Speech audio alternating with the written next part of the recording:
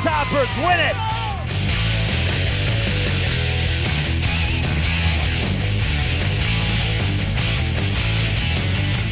Base hit and your game winner.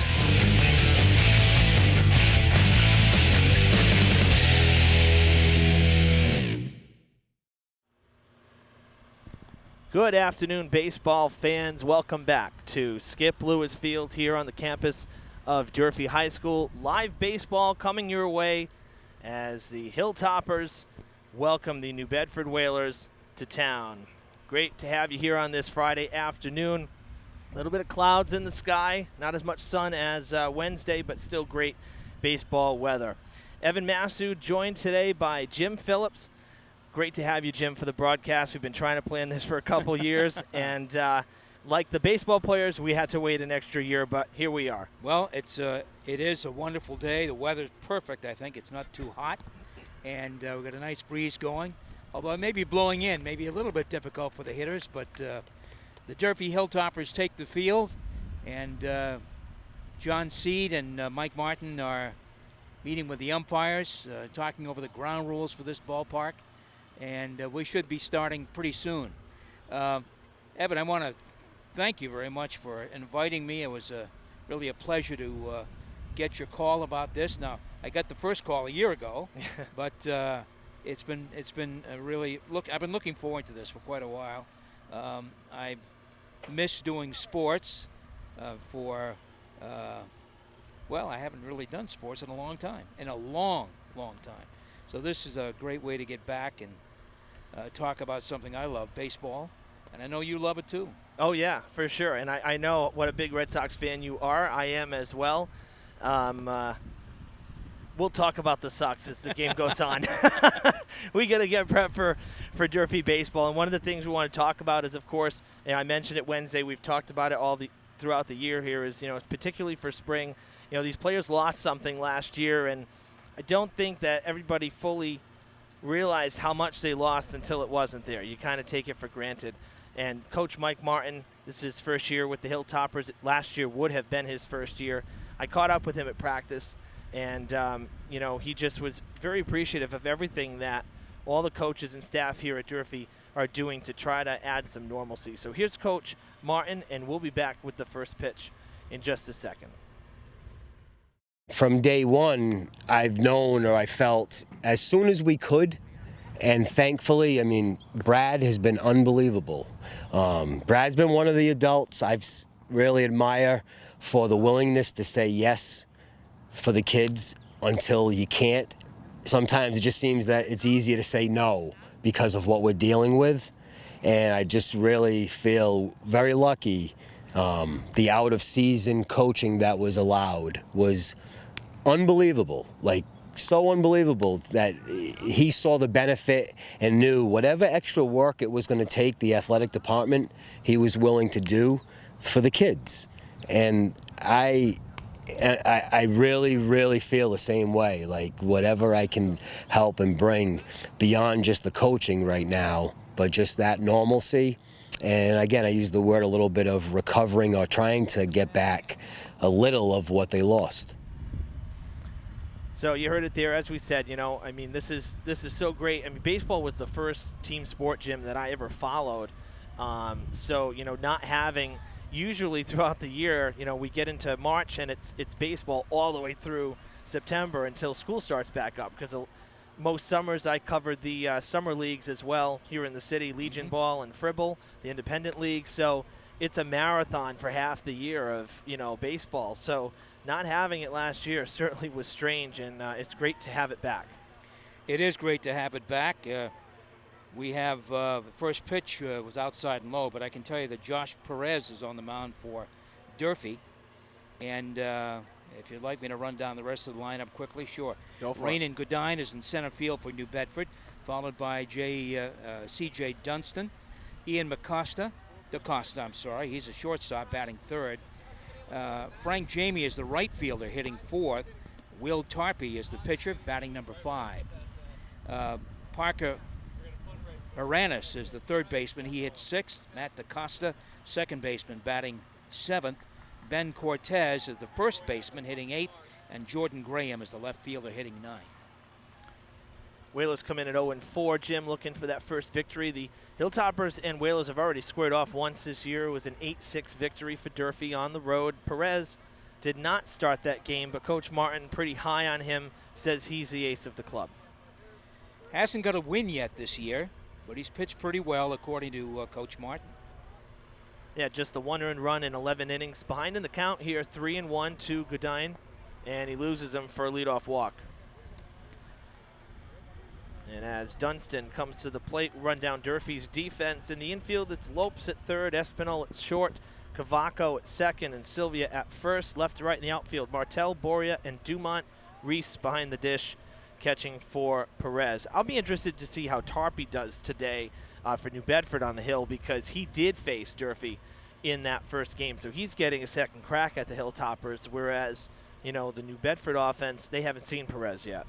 And I can, from talking with the Coach Seed early in the before the ball game, that is, Coach Seed said his pitching has been shaky, and he's looking for a good effort from Tarpey today. That's in there, called strike. Quickly 0-2 to Dunston.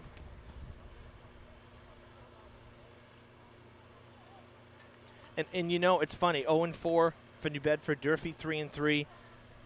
All of the games they've been in, both sides, have been very tight, and that's the met from the coaches as well. And I wonder if maybe, you know, with the 2-year layoff, maybe there's some rust. There's a bit of a learning curve. I mean, think about it. Any senior that's playing right now last played as a sophomore. Some of them may not have even been able to play varsity ball yet until this year. And that's a big gap. You know, when you miss a year, whether you're an adult or a young player, when you miss a year, that's not really a good thing. You've got to play this game in order to be good at it, and missing a year is not a great thing. Field time is absolutely everything. 1-2 pitch is just down low. That'll even it up at 2-2. Excuse me, 1-2. Last pitch was fouled off.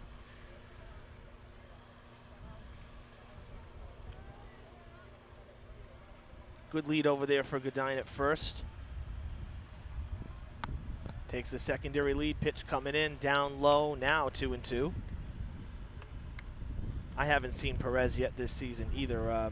He pitched against BR, if memory serves right. And I was here to take some stills of that game, so I wasn't commentating. I wasn't necessarily focused on the performance. That is foul tipped and into the catcher's mitt for the first out of the game. A strikeout for Perez, and there's one down. Brought the two-seamer. He's got good movement on his fastball. Sitting back here, you can see it dive away from righties. He's had some issues, obviously, with the opening walk, but he's had some issues throwing strikes. That pitch was up, and usually if you can get a guy to go fishing for that. And clearly that's what happened with Dunston. That brings up Ian DaCosta, the shortstop, batting third for the Whalers. Took a curveball down low for strike one, a big breaking curve. Going to check on the runner. Martel had a pickoff on Wednesday against Brockton. Actually almost had two. There was one that was very close that just missed, but he did get one in the middle part of the game. If you missed that game, it is archived on our YouTube channel and is currently running on Fred TV. Remember, folks, be sure to like and follow us here on Facebook for live action. Don't miss a pitch or a basket or a touchdown. If you don't have Facebook, be sure to subscribe to our YouTube channel under the same name. 1-2 pitch is driven deep and far to left field. Martel at the wall, and that ball is gone. Two-run home run for DaCosta. Puts the Whalers on top 2-0 here in the first inning. Boy, did he give that a ride right down the line. And it was not wind-aided either, because no, the wind's blowing in. Wind's blowing in. So that was a belt. That sure was. Two-run bomb for the shortstop. And Durfee will have to play from behind, as they did on Wednesday against Brockton. Down in the first inning here, 2-0. Coach Mike Martin has said his Hilltoppers are pretty skilled at playing from behind. It's been happening all year, and they've done very well. So it's an uphill climb now for Durfee. That one fouled off by frantic Jamie, the cleanup hitter. Comes up now with one down, and the base is empty.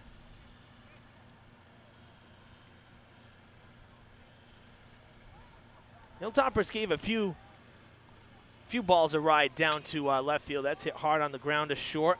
Espinal bobbles it, gets back to it, but still not able to get Jamie, who's not the fastest runner, typically the cleanup hitter, not the fastest in the lineup, able to beat out the infield single, or the error, I should say, beat out after the error at short. Can't give him a single on that. No, it's ball hit right at him. No hop to it, really. It stayed right on the ground, but it was a makeable play for sure. And that's one of the challenges. You know, this field itself, there's some really high lips in the infield. That's sent now, swinging away. Right center hit pretty well. Boria has good speed out in center. He's prolific on the base paths as well. We'll see him shortly when he leads off. That is out number 2, a deep fly ball to center field. Tarpey retired on one pitch, and Parker Moranis, the number 6 batter, stepping up. But this field here, actually, pregame on Wednesday, athletic director Brad Busson told Coach Martin that the grounds crew was so impressed with how much the team is taking care of the field. They said it's as good as it's looked in years.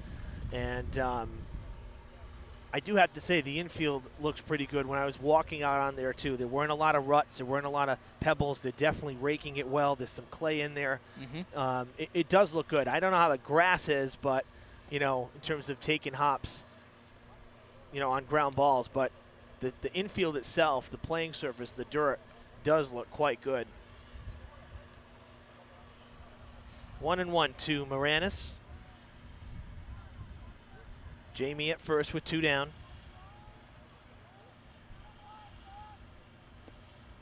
Good breaking ball, diving down at the ankles and swinging over it is Moranis. 1-2.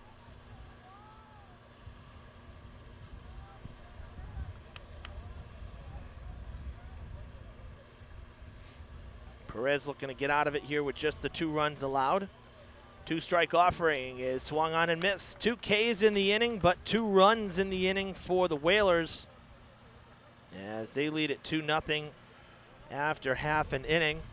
And we'll keep it right here for the switch to the bottom of the first,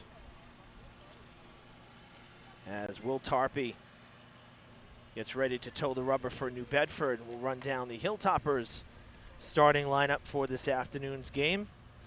Leading it off is the center fielder, Josh Boria, followed by shortstop, Jaden Espinal.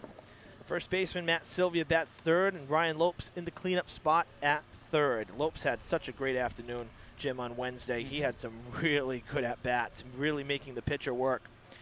Caden Peltier bats fifth. He's the DH, followed by Josh Martell in left in the number 6 spot. Batting 7th is the catcher Sebastian Reese, followed by Jacob Cavaco, the second baseman, batting 8th. Dylan Dumont bats 9th and in right field. Perez is listed as the 10th. He's the pitcher. He did not hit on Wednesday. They went with just the 9, so that's the indication from Coach Martin is he will be not batting. It's a 9-player lineup for the 3-3 Hilltoppers. The Whalers' defense looks this way. We have Moranis at third, Ian DaCosta at shortstop, Mike DaCosta, Matt DaCosta, I should say, at second base, Cortez at first. We have Graham, Godine, and Jamie in the outfield, left to right. Will Tarpey is throwing to Dunstan for New Bedford.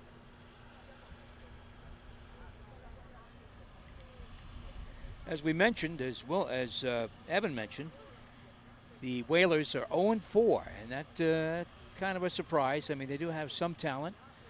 They just haven't put it together. Coach John C. said before the game that there's always something that kind of gets in the way.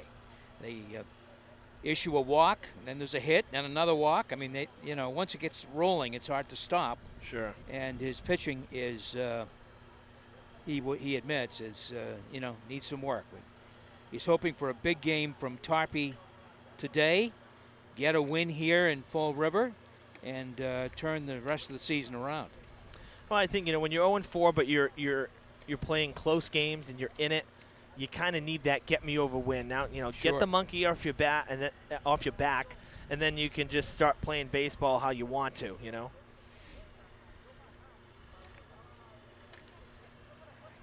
So Boria, the left-handed leadoff man, steps in. I mentioned it earlier, very speedy on the bases, Jim. If he gets on, look for him to take off early. Sends it to right field. Jamie coming in on it. It'll fall in front of him, so one pitch, and the leadoff man is on for Durfee. Single to right.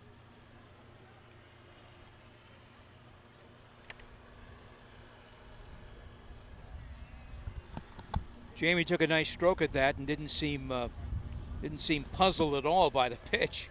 I mean, he really raked it to right field. Yeah, sitting dead red, waiting for the fastball. And this is why I said I'd be interested to see how Tarpey does second time around, because now, unlike the Whalers against Perez, Durfee has seen Tarpey once.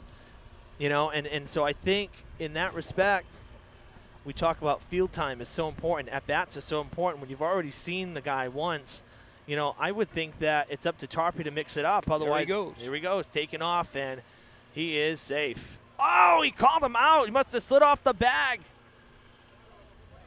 We don't have the luxury of this to replay here, but apparently that's what happened. Coach Martin very quickly out to talk to the umpire.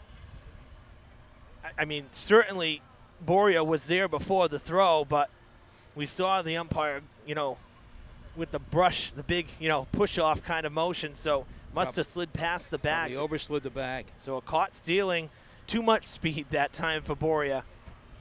Usually that doesn't hurt you in this game, but that time it did. So Dunston erases Boria that quickly. And that'll bring up Jaden Espinal. That's a break for Tarpey. Maybe a little, have a couple of butterflies here and trying to settle down. Working quickly here, 2-0 to Espinal. That one missing low as well, runs at 3-0.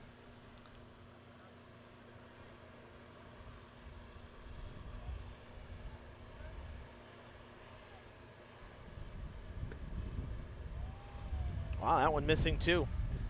That one looked pretty good. Yeah, I know, he took something off. I said, oh, maybe a get me over fastball that wasn't overthrown, and not getting the call. So the walk to Espinal with one down. Now Matt Sylvia, the lefty, stepping in.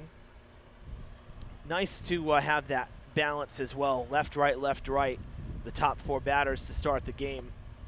It isn't essential, but it really does nice, especially the latter part of the game when you need a relief pitcher to come in. Right. And that balance there really helps an offense.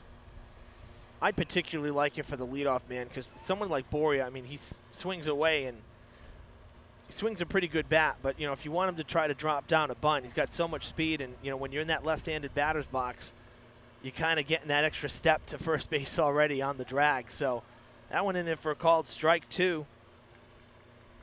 I haven't seen Boria bunt yet this season, actually. Yeah, I was going to ask you because he's got the speed, and he's in the right. He's in the left-hand batter's box, which gives him an extra step. Right, but I haven't seen him drop it down in limited time here. Seeing the Hilltoppers, I haven't seen him drop one down. He's been swinging away and swings a pretty good bat. That one missed just upstairs. Make it 1-2. Another check on the runner, and it's going to be close at first. Just getting back there. Espinal didn't react as quickly to the pickoff that time. So Tarpey back to the stretch, takes off, swung on and missed. Or was that fouled off? Fouled off. Fouled off. So back to the bag at first is Espinal, as Sylvia protects with 2 strikes.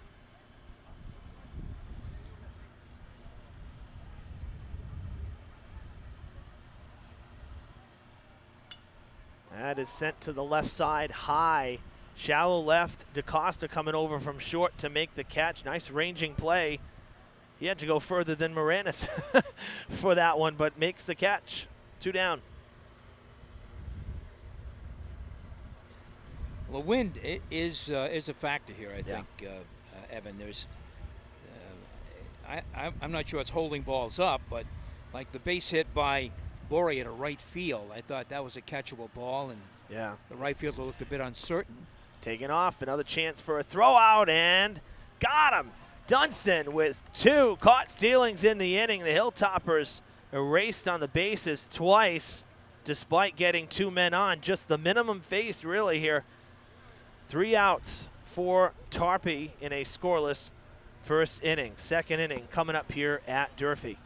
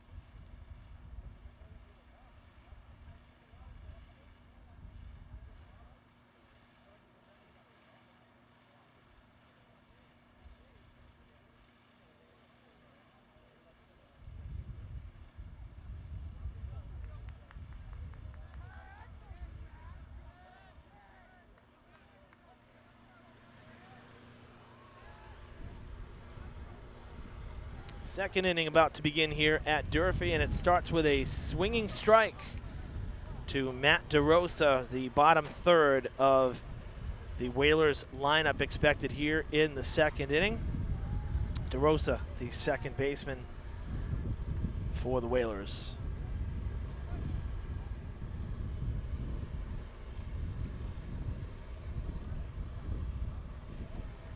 So an interesting bottom of the first there we just saw, Jim.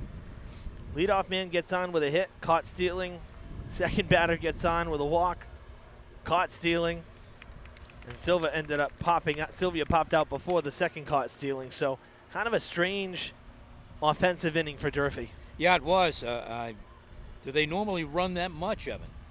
They do take off, but I haven't seen Espinal steal. Like I said, Boria definitely runs. He's pretty prolific. That's sent on a line to center, and Boria has to let it fall in front of him. No chance for a dive, so leadoff base hit for DeRosa. And that'll bring up Ben Cortes with a man on. Yeah, they ran a fair amount on Wednesday. Not afraid to take off, play aggressive. You know, try to get, the first to third thing is, Mike Martin, he definitely, in the practice I went to, they definitely worked on the fundamentals, trying to, the spots where you can gain that edge over the opponent, reading the ball, that sort of thing. So I'm not surprised, honestly. They may have, again, second time out. I was not at the New Bedford game on the road, but they may have learned something from Tarpey's, delivery from the stretch that maybe takes a little longer. So let's run against them. Because I was surprised to see Espinal take off with 2 down. Yeah. Especially since Lopes on average in 4 at-bats saw 6 to 7 pitches on Wednesday per at-bat. I mean, he made the pitchers work. So I'm surprised that take that chance with 2 down. That was the best fastball that Perez has thrown. Yep. It's a 2-1 count.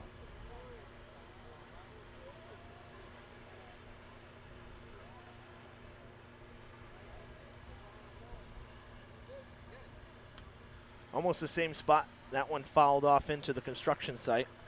Speaking of which, you may hear some like white noise behind us. Well, there's a major generator, and I assure you it's even worse for the fans sitting here because at least we have the headsets on. We can't really hear it. But they're testing the generator. That's driven to left field on a line. Martel is there going straight to his left to make the catch. I thought it might have hit the gap, but fell pretty quickly for the first out. But that is a rather annoying generator. I think that's new. I don't recall that being there, unless just the landscaping is new. Not being out here for a while, a lot has changed. There's a lot that's new here. Yeah, A lot. a lot that's new. That one will miss down low to Jordan Graham, the number 9 batter in the lineup for New Bedford. Stepping in for his first at-bat of the afternoon with DeRosa at first.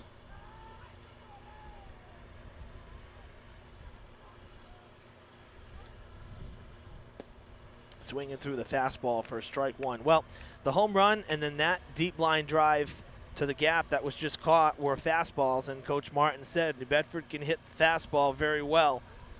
So a couple more hot shots off the bat. You have to wonder if Perez might work in more breaking stuff as the game goes on. That one missing up and away, tailing away from the hitter. 2-1.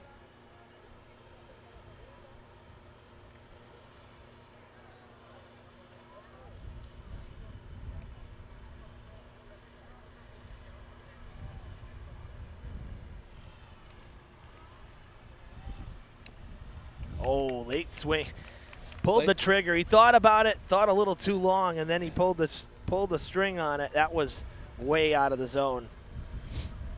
So Graham chasing. Perez battles back to 2-2.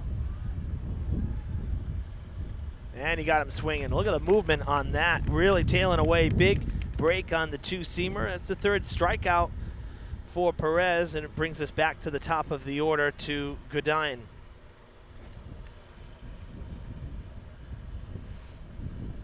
As the leadoff man steps in with 2 down.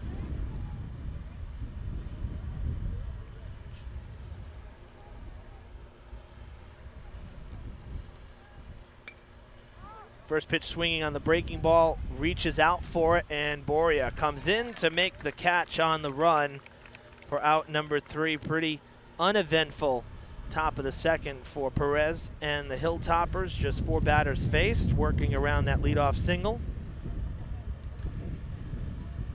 Much easier 2nd inning for Perez.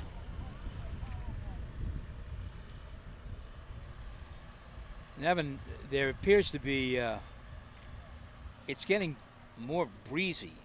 The wind has picked up, and that could be a factor. The trees weren't moving when we started the ball game. Now, if you look out in center field, you can see some trees moving around. Well, some good news with that, though, is that the darker clouds that were here when we started, now there's blue skies coming from Providence, so we might actually end up seeing some sun before it's done here.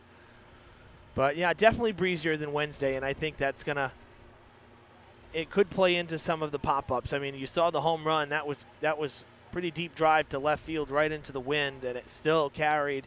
Down the line here at Skip Lewis Field is 315. That was probably about 330, I would say. Mm-hmm. Because the gap is 365, not quite splitting the difference here. So say about 330. That's a decent shot into the wind. So Tarpey in the first did allow a hit, but and a walk, but because of the runners caught stealing, 2 of them, he got out of the inning unscathed. Let's see what he can put together for his second inning here. Yeah, got some help from the Hilltoppers, really, when you think about it, because the walk was his doing, and the hit is a hit. So, Boria slid past the bag at second on his steal, on his stolen base bid, and was thrown out. And then Espinal just didn't get there in time. It was a really good throw from Dunston, better than the throw that got Boria.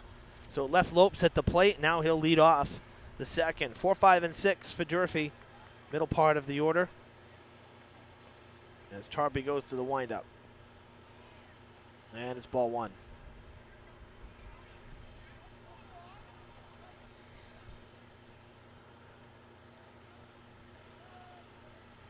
Neither of these pitchers have outstanding fastballs. They can throw up for strikes for sure, but they don't. I don't see. There's not a great deal of velocity. Yeah, not so much pop in the glove. I will say the starter yesterday for BR really, or Wednesday for Brockton rather, excuse me, had a good fastball. I still have the score sheet in here. His name slips my memory for a moment. Oh, it's in my bag. Count is 2-2 to Ryan Lopes. That is sent foul, out of play. Carbonara. I should have remembered that because we were talking pregame. It makes me think of the pasta dish a little bit. And I was hungry too, so that didn't help. Never does. No, of course. But he had a good fastball, and he had a really sharp breaking curveball too. But I asked Coach Martin about that too. It was slow to get the offense going on Wednesday. The key was to get the pitch count up on Carbonara, and they did that. Durfee did that well. That is strike in 3. there for strike 3. Good breaking ball by Tarpey. And Lopes just, froze a bit. He started on the inside part of the plate and broke over the plate. And it's strike 3. That's the first K there for Tarpey. And now Caden Peltier stepping in the DH this afternoon.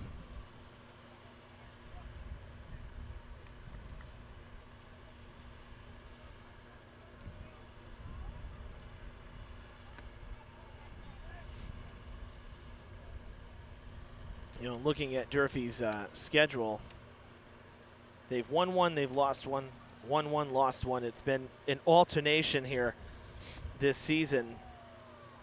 Lost to Middleborough, win against New Bedford. Lost to BR, beat Dartmouth. Lost to West Bridgewater, beat Brockton. So if you follow the pattern, hopefully we're not in for a loss this afternoon.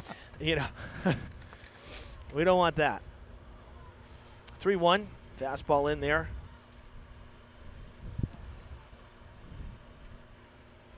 Peltier was taking all the way. Let's see what happens now. Another one. Ooh, low strike call that time on right the around 3-1. the knees. About as low in the zone as you can get the call. Works it back full.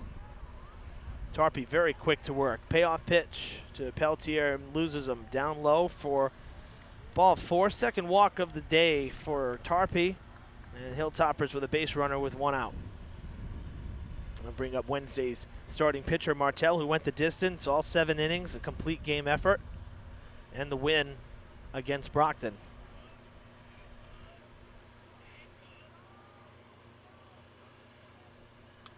First pitch swinging, and that is going to head onto the practice field. Actually went right through the uprights. Do we get some runs for that, some points?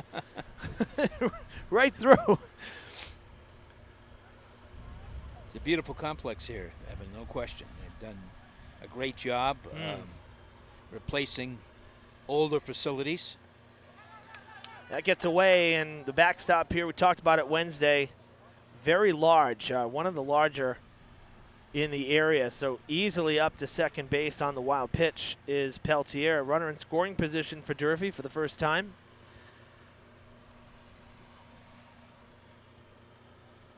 I actually kind of like it. I mentioned in the last game too is that some of the softball particularly, like diamond, for example, I mean, you're literally 5 feet from the umpire's back. And it's just a little uncomfortable when you're trying to be fair and calling the game. And let's say there's a really bad call. You don't want to quite say you don't want to say it right that close. Get a little bit of distance from Sure. the playing surface here. In the air to left, giving it a ride, but there is Graham, has it sized up for the second out. Martell did get on top of the fastball, but it is a fairly loud out number 2. That'll bring up Sebastian Reese.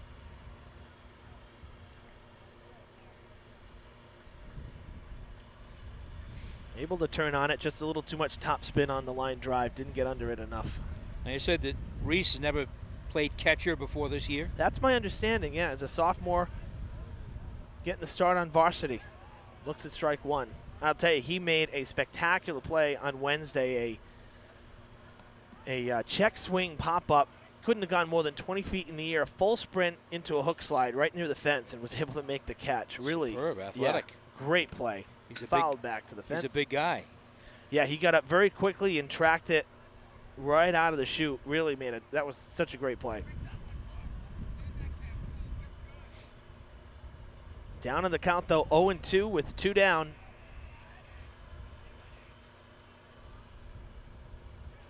Thought about it, checked the swing as that one kind of fell off the table. That was a good pitch from Tarpey. So as we mentioned, not a lot of velocity with Tarpey, but he's moving it around, up and down, in and out. And that's a sign of a pitcher who knows what he's doing. Got to keep the hitters honest. Chasing after it. Reese pops it a mile up. Giving way to DaCosta is Moranis. And the pop out caught by the shortstop, ending the second the same way the first inning ended. A pop out to short. We're done with 2. It's 2-0 New Bedford here on Fred TV. We'll be right back.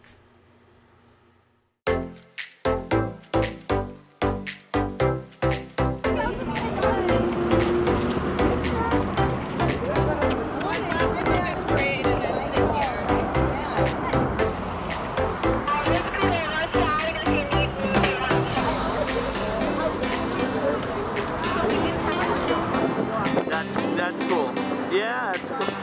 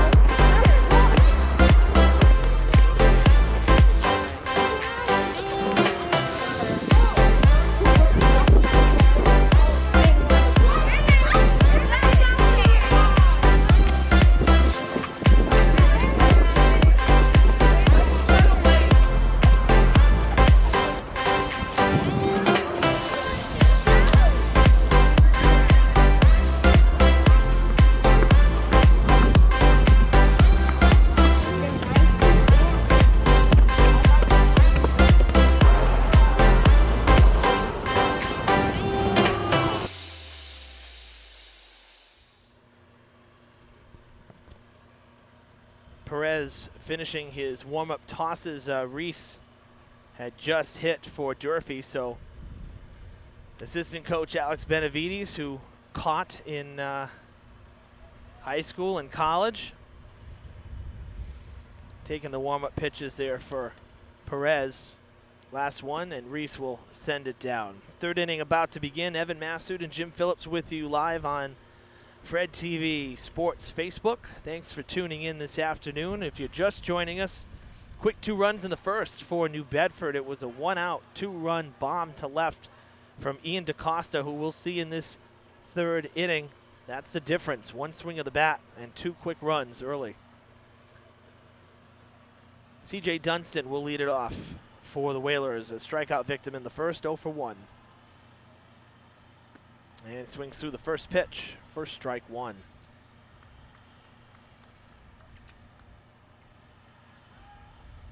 You saw that promo we just ran in between the second and the third, the walk to school day. We are, according to Marcia Pickard, Fall River is the only community in the Commonwealth with 100% participation for Walk to School Day. So something that very proud of. Michelle Sharp from the school department also part of the setup for that, making it all happen. So got to feature Watson Elementary this time. Mm-hmm. And what's really nice about Watson is, as this has popped up, finish that thought in a moment, a little bit of confusion in the infield, but it ends up being Sylvia who makes the catch. Communication is key on those when you're looking up at the sky. One down. You know, Watson on Eastern Avenue, of course, they actually walk the whole block. They go down Coffee Hill, go down East Warren Street, come back, I think it's Pittman Street, then up the side street. So they actually get a pretty good walk in. You know, some of the schools, unfortunately, where they're located, they don't really get to do a full block. They kind of just walk the perimeter of the school. But, you know, Watson walks the whole block. Green goes all the way up to Pulaski Park and back. So some of the schools have better routes and, you know, capabilities than others, but 100% participation. yeah, that's great. That is great.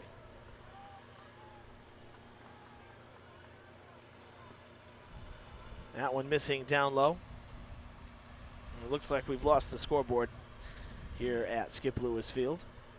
Did you have to walk to school when you were No, younger? no, I was very fortunate that I didn't have to. Wait a minute, that builds character, Evan. Yeah. See you, Pam. Take care. Our everybody knows Pamela Martin, of course. Pam came to visit us here at the field before the game, stuck around for a few innings. We had a shoot this afternoon. I think it was at fire headquarters, if memory serves right, from there was a citation given out, I believe, here. The text was, yeah, National EMS Week. That's what it was. So Pam was there for that. Catch that on FRG TV next week. On Monday, we'll have that airing for you and on demand. EMS and all first responders have done a great job over the last year. Oh, goodness gracious. Absolutely. As DaCosta gives this one a ride again to left field, and there this time just a little underneath it. Martell able to reel that one in this time, but DaCosta gave it a ride again. 2 down in the inning. I actually like to walk, but you know, I went to St. Stanislaus School down the south end, and I live right around the Rotary here, so That's a long walk. That wouldn't that wouldn't have been too conducive. But I did walk home from here a couple times. It's about 1.5 miles. It's good for you. Yeah, I did walk home from Durfee a couple times before I got my car. That's fouled and out of play. As the sun has made an appearance here, a brief appearance as it hides, going to hide again behind the clouds in a moment.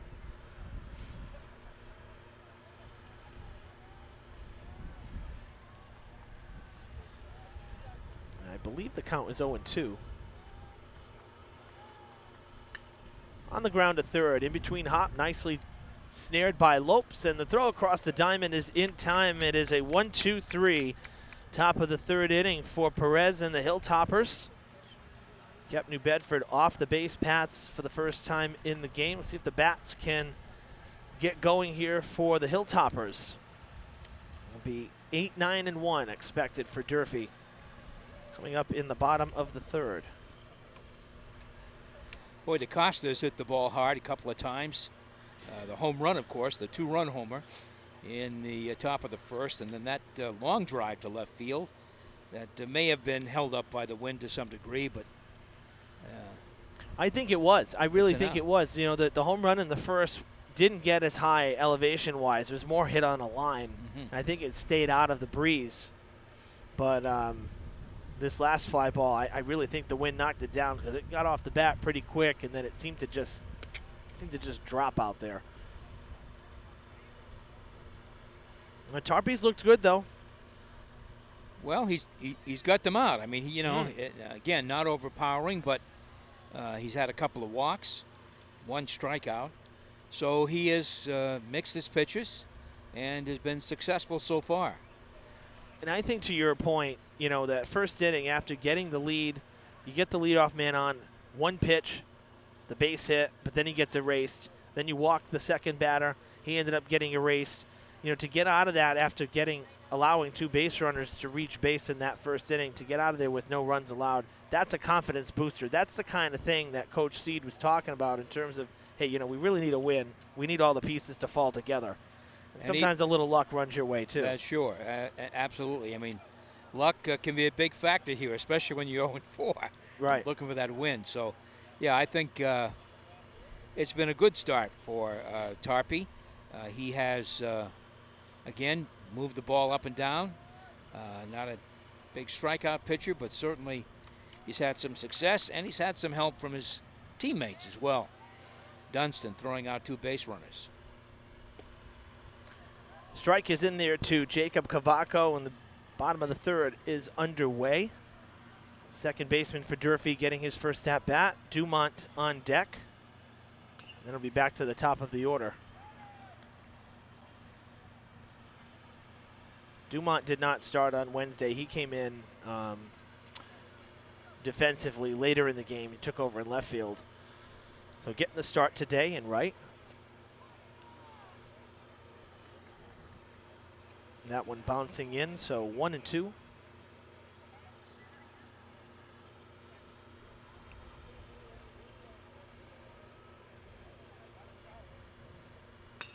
On the ground. Nice scoop from Moranis. Throws on the run and in time. Plenty of time, in fact. Nice glove hand scoop from Moranis. 1 out. And that will bring up Dumont. Nice play by Moranis. Moranis is not your typical, at least he doesn't look like a typical third baseman. He is a tall infielder. Yeah. And usually third basemen are built a little more close to the ground. Yeah. But clearly that was a nice play. Make you think of Mike Lowell a little bit. Lowell was tall. I really liked Lowell, I have to say. I know we said we talk about the Sox a little bit. Lowell has to be, over the last 20 years, one of my favorite players. Everybody talked about him as just, he's just, a throw-in to the Beckett trade. Let me tell you, Lowell was a great player for those few seasons he was with us. Yeah, he was a solid player, and especially in 2007 when he won the World Series MVP. Right. That one missing upstairs. I still think they should have kept Beltre. I think that was a mistake, letting Beltre. This is after Lowell. Yeah. I would have liked to see, Beltre just continued. He went back to Texas, just continued to rake. Would have liked to see him stay. But, hey, now we got Devers, so I guess it all comes around full circle. It all comes around, yeah. When you've got, Beltre, a little quirky, but a great player. Oh, Fielder, and a very solid offensive player. Who would have thought here, we talk about in the offseason, strike 3 called, and Dumont retired for out number 2. Second strikeout of the afternoon for Tarpey. Both have been called strikes, and it's back to the top of the order. Who would have thought that the Sox would be in first place here as we are in mid to late May? I know there was a lot of questions as to, I know I had questions. Were there questions? I had a lot of questions, but happy to see that they're doing well. They got to sustain it now. That's the key. I had a lot of questions last year. Who are these guys? Right. I know. The questions went back to Mookie. I want to go down that. Boria to right field again, and almost the same exact spot. 2 for 2 is Boria. We'll see if he ends up trying his luck again on the bases. 2-out base runner for Durfee.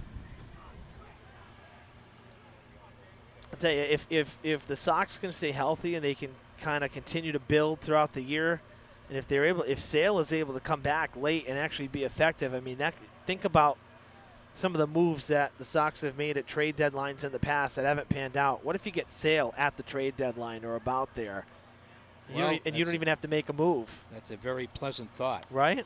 But after all, he is coming back from surgery. We just don't know until we see him throw. I know, and that's so often the problem is, these guys taking off his Boria, throw down. That's going to be, the ball comes loose that time. That throw was there too. Dunston would have had his third, I believe. He would have had his third caught stealing, but the ball comes out. So Boria safe this time on the stolen base and in scoring position with 2 down. A good opportunity for the Hilltoppers to maybe sneak away with one and cut the lead in half. Need a clutch hit from Espinal.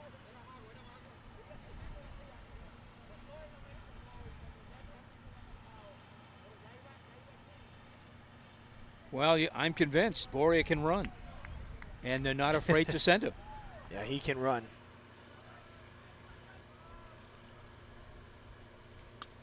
Fouled off to the right and going out of play. In the BR game I was telling you about, I came and got some stills for the Facebook page. He led off, got on, first pitch, took off. The throw was late. It skipped into shallow center. I mean, it didn't get too far away. He was already sliding into second, jumped right up and got to third, and was standing at third in after one pitch, basically. That has popped up. That's coming straight back, going right over your head, Jim, and Brad busting. Oh, Brad through the hands. Wind moved. See, look, even Brad said the wind is playing with it right now. So, Brad, longtime Hilltoppers coach before head coach before taking over the athletic director position here. I thought we were going to have to make a play on that. I'm glad we didn't. I'm glad. I thought you were going to have to make it. I've said it before, Jim. I wish I had played in school. Now I do. At the time, I wasn't as interested in playing, but I've come to grips with the fact that there's a reason I wear the headset. Okay. That's fine. I did play in high school. Oh, did you? There's a reason I'm wearing the headset, too. Good battle here put on by Espinal's. Fouled off some tough pitches. That one went back to the backstop fence. So still having to protect with 2 strikes and 2 down. Tarpey with the pitch. Just getting a piece. That one lined to the fence as well. Missed that scoreboard. I know.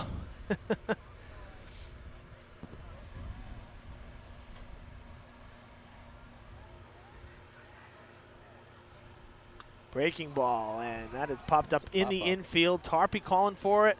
Oh, and a collision. Looked like Cortez wanted it.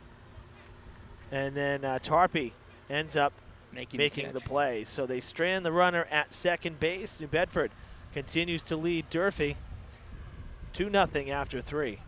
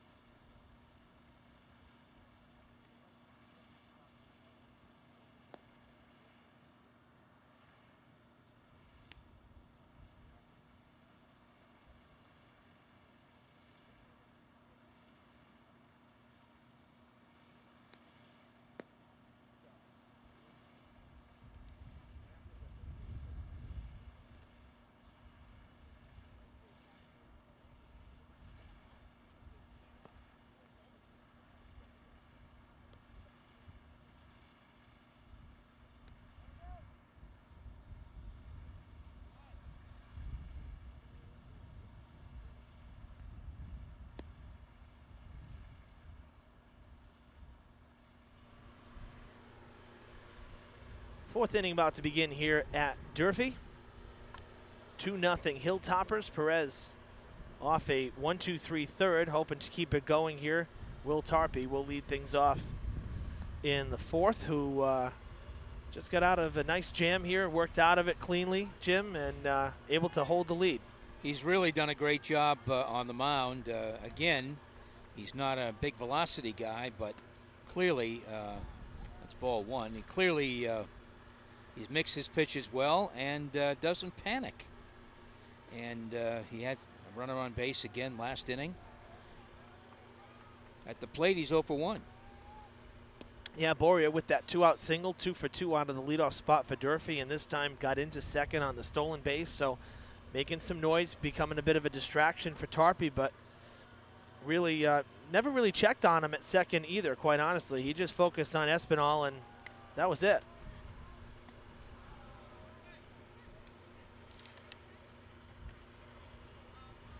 So Perez has walked just one so far, but he's in danger of walking Tarpey here.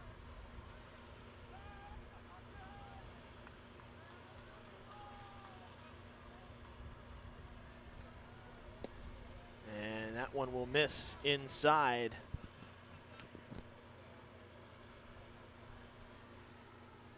One walk allowed, and that was to the leadoff batter of the game.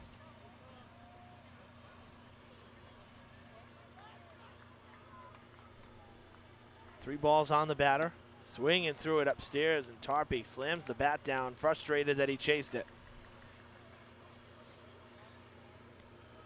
That was ball 4. That was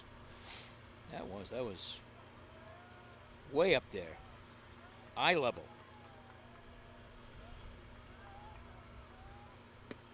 Swings through it. Perez battles back. It's his 4th strikeout of the day. And Tarpey retired for the first out of the 4th. That was a good pitch by the lefty, Perez. He, again, he's moving it around too. And he kind of, well, he obviously threw it past him, but that was another good fastball by Perez after not showing a lot of velocity earlier. Yeah, he seems to be getting stronger here as the game has gone on. As Moranis fouls it off for strike 1. He struck out to end the first. He's 0 for 1 on the day. Pretty decent crowd here at Skip Lewis. We actually had more fans for the Brockton game on Wednesday. That's a great breaking ball, and that is in there for strike 2.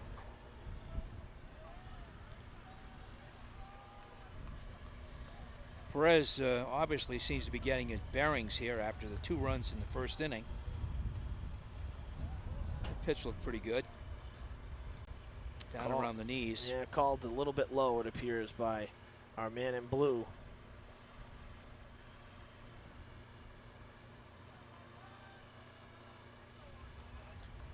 One-two pitch. Did he check his swing? No. No swing as they appeal it first. So 2-2. You know, with 1 ball on the batter, that's a good waste pitch because you've gotten the Whalers to chase a few times in the game. Sure. You know, why not? At least it's not going to leave the park when it's up and away. That one will miss down low, and just like that, Moranis has looked at 3 straight out of the zone, and he's worked the count full.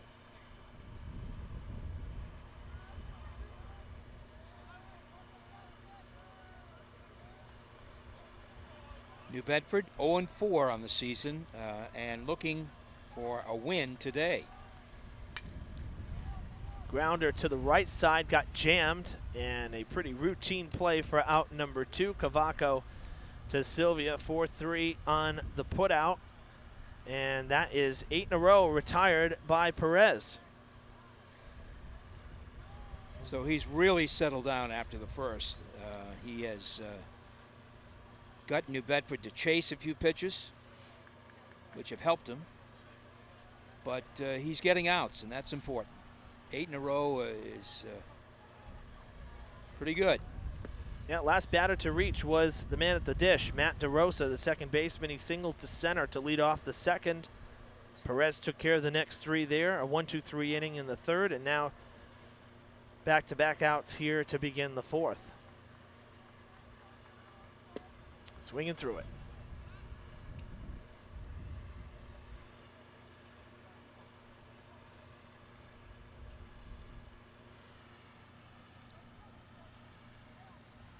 Perez looking for another 1-2-3 inning here in the middle inning. That will miss. We'll do it again. DeRosa wouldn't chase that. He had a hankering, but held up, and that was down low. Yeah, it doesn't like the low pitch. The single to center last time up was kind of middle up. Curveball. Chopper to the left side. High hop for Lopes. And across the diamond. Side retired in order. Back-to-back 1-2-3 innings for Perez, who has indeed settled in here. The bat's got to warm up for the Hilltoppers. Halfway through it here at Durfee. It is 2-0 Whalers.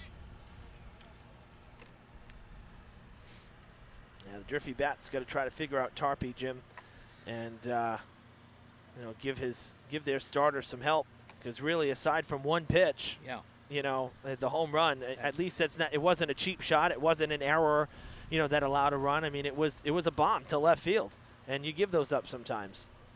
And clearly, Ian DaCosta hit it a long way to left field. There was a walk, a strikeout, then a home run, and after that, Perez has only allowed one hit. Yeah. It's just been a one-hit effort, and he has gotten a lot of outs here. As we mentioned, 9 in a row he's retired, and he hasn't been overpowering, but clearly he is getting outs and throwing enough strikes. New Bedford, I think, has helped him in a couple of occasions, swinging at balls out of the strike zone. But Perez has been pretty good. Just unfortunate that he gave up that 2-run homer in the first. Well, this game a stark contrast to the first one, an 8-6 victory for Durfee on the road at New Bedford. That was Durfee's first win. This one's turned into a bit of a pitcher's duel. Tarpey will have the middle part of the Durfee order here in the bottom of the fourth. Matt Sylvia leading it off, Ryan Lopes on deck, and Caden Peltier in the hole. Those three due up. Martell, if anybody gets on.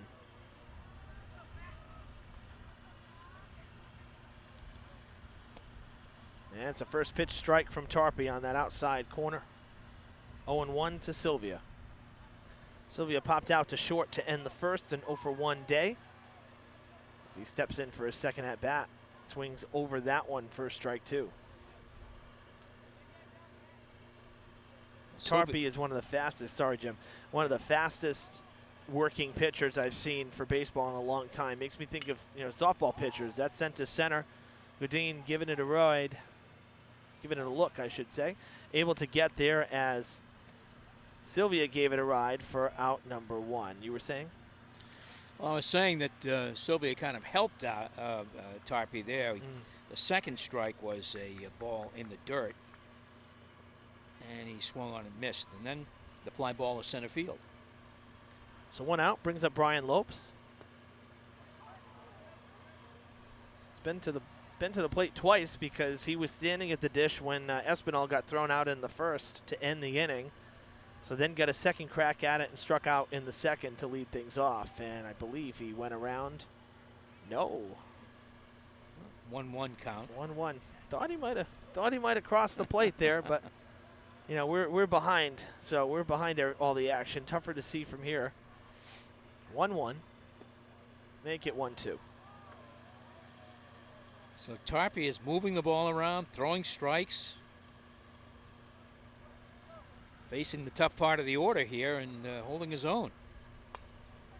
Low pitch, swung on, grounded a short, tough play, and it takes him off the bag. DaCosta had to range to his right and throw across the body. Ball wasn't hit very hard. No. And shortstop DaCosta made a good play, but the throw a little bit off. It's a base hit. I'd say it's a base hit. Yeah. Because Lopes got down that line very quickly. It would have been bang bang at first. We'll give him a hit. Love to have the power. Right. So a one-out base runner for the Hilltoppers. Peltier reached on a walk in his first plate appearance, was left at second after a wild pitch got him there in the second inning. Grounded to shortstop. DeCosta to second for one. DeRosa to first, and safe, just beating it out. Peltier will reach base for the second time on the fielder's choice as Lopes is erased at second. 2 down for Martell.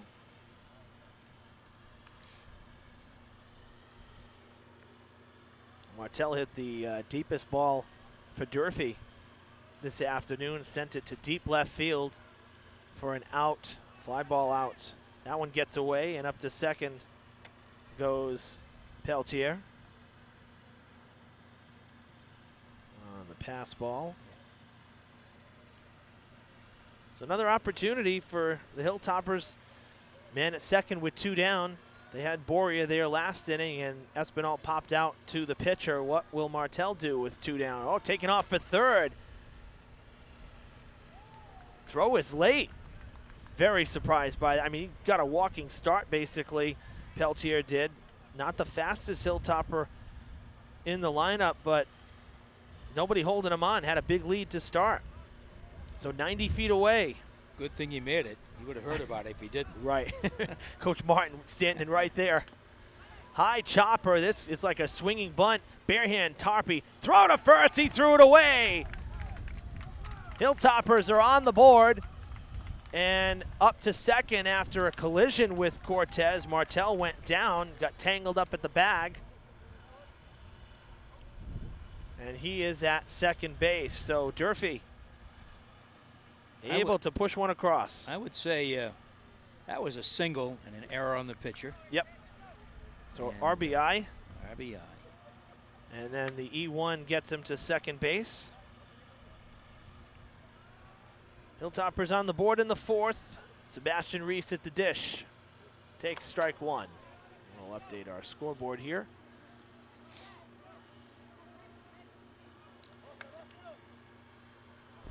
Kind of been the story with Will Tarpey. He has pickoff at second base, not successful. He's pitched well, and then he's had an inning or two that just goes a little haywire. And this is one of those innings. Well, second time through the order now for Durfee, getting their second look at him today. And that's where they made some noise on Wednesday. It came a little sooner, came in the third, where they sent 8 batters to the plate and put 3 runs on the board. Today, waiting till the fourth to push their first across, but it is the tough part of the order. Reese swinging through it. That one up at his chin, very high and out of the zone, but couldn't lay off. Popped out to short to end the second inning. 0 for 1. Base hit would likely tie it up. Sends it to left field. That's going foul and out of play.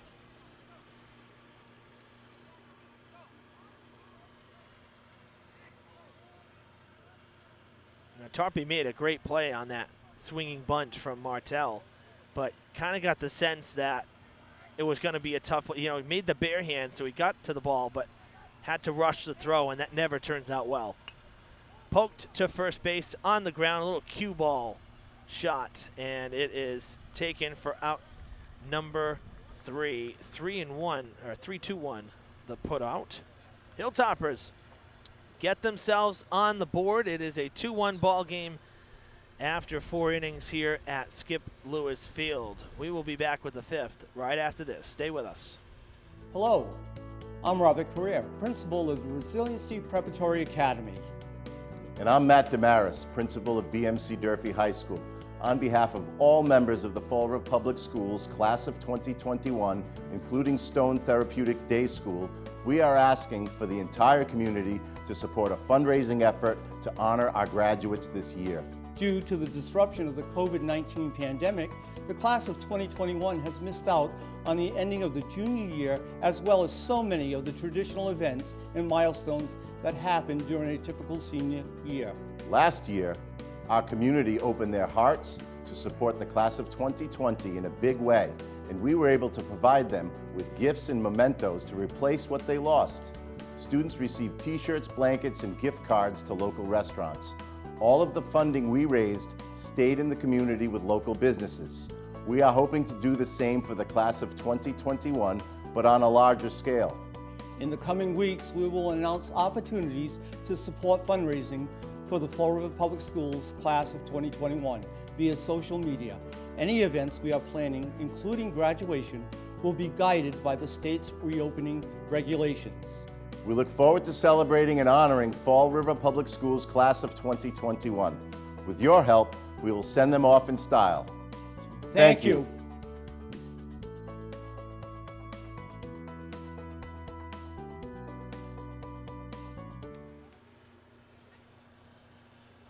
Back at Skip Lewis Field, top of the fifth. Perez wrapping up the warm-up tosses. I think he's got about one or two more. That last half inning, Evan, could have been a disaster Oh, yeah. for New Bedford. That last ball that was hit was a trickler down to first base. Right. But it took a hop. It took a hop right at the lip. Right of at the the last grass. second. Talked about it earlier. There's a pretty high lip here at Skip Lewis Field.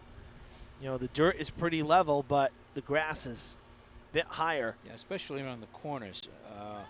But I would say first baseman made a nice play and got recorded the out, but they had a runner on second base. It could have cost him another run if it got by him.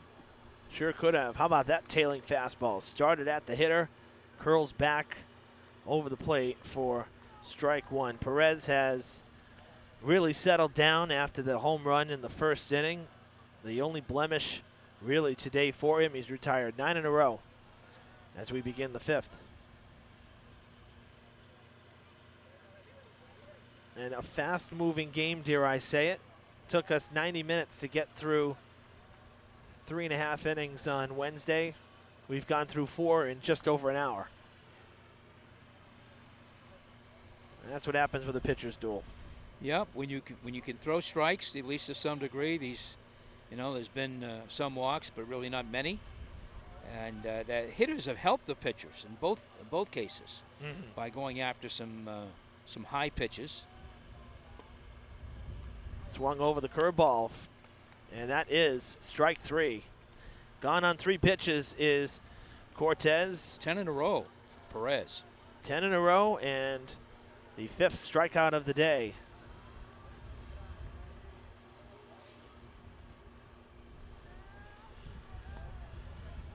That'll bring up Jordan Graham, the number 9 batter. He struck out in the second, 0 for 1.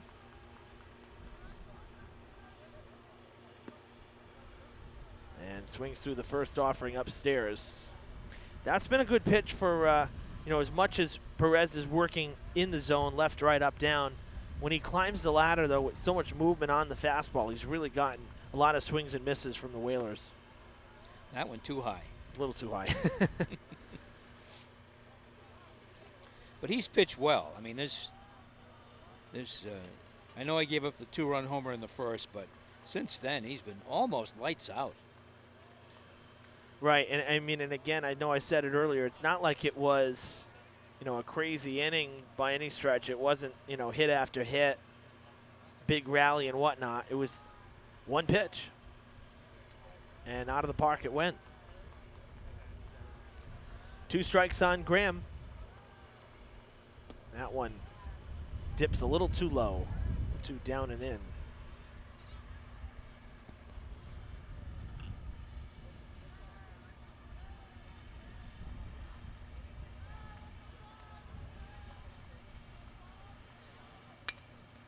That is a ground ball to second. And quickly 2 down here in the 5th. Back to the top of the order as Godin steps in for his 3rd plate appearance. Walked and scored in the first, flew out to center in the second, and 0 for 1 day.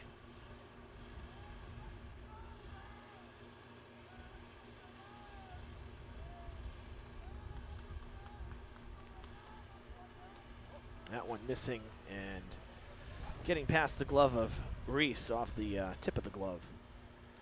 There's something to be said for being a little wild. Keeping those hitters off balance and keeping, again, you got a left-handed batter here. Right. But every time he goes, all right, now there's another pitch that completely on the other side of the plate. Yeah. Overthrew that Down one a low. little bit. And down Overthrew low, it. So,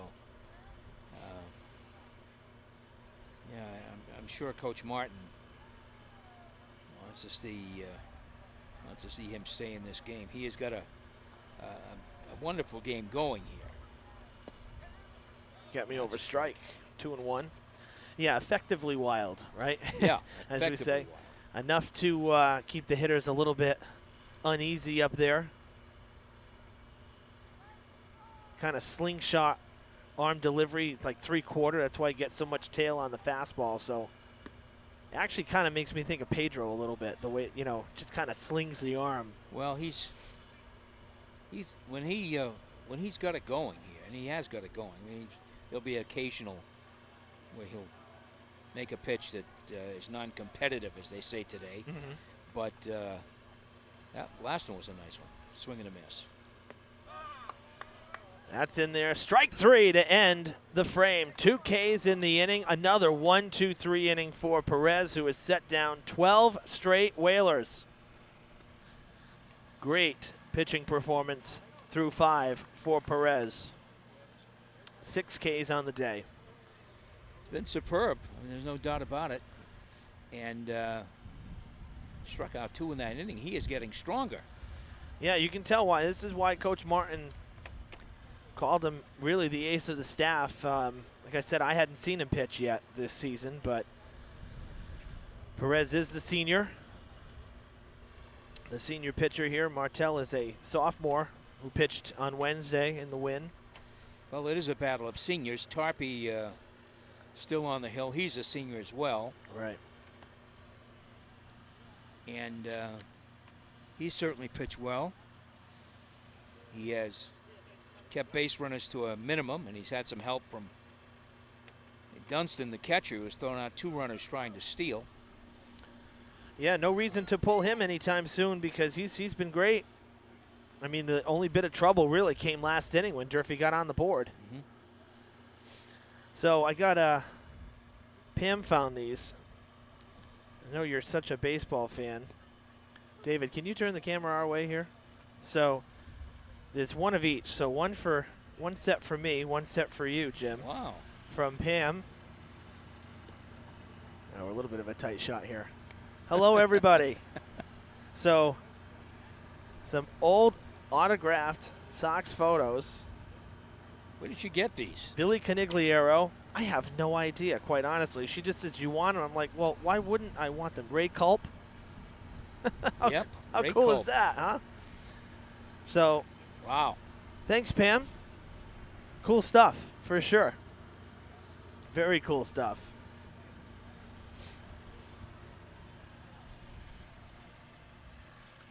Bottom of the 5th, about to begin here. Thank you, David.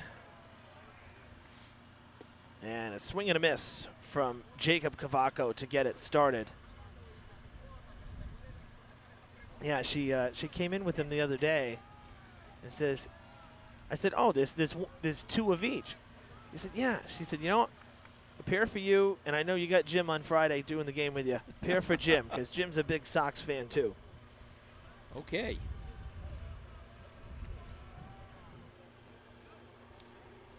Nice stop by Dunston there. Yeah, absolutely. Dunston's done a nice job. Again, a couple caught stealings early, I think, that, helped Tarpey out, keep the Hilltoppers off the board.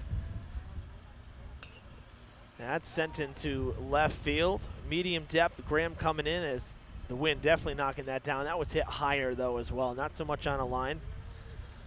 And Cavaco is out number 1. He's 0 for 2 on the day. That'll bring up Dumont, who struck out in the 3rd, 0 for 1. One of 2 strikeouts for Tarpey. That's one thing Durfee has, they've put the ball in play. The Whalers defensively have made some nice plays in the game. And, that was something that Coach Seed said when we talked to him, that, the infield defense has been pretty solid. And that also they could hit the ball. They could score some runs. But the pitching was a concern. Today, Tarpey looks like a number one. He is a number one, and he looks like it. Swing and a miss there. Dumont, the number 9 batter for the Hilltoppers, takes the strike. And 2 strikes on the batter. Top of the order, Boria on deck. He's 2 for 2 with 2 singles to right. He'll be coming back up with 2 down. I should say after Dumont, not with 2 down, but after Dumont bats.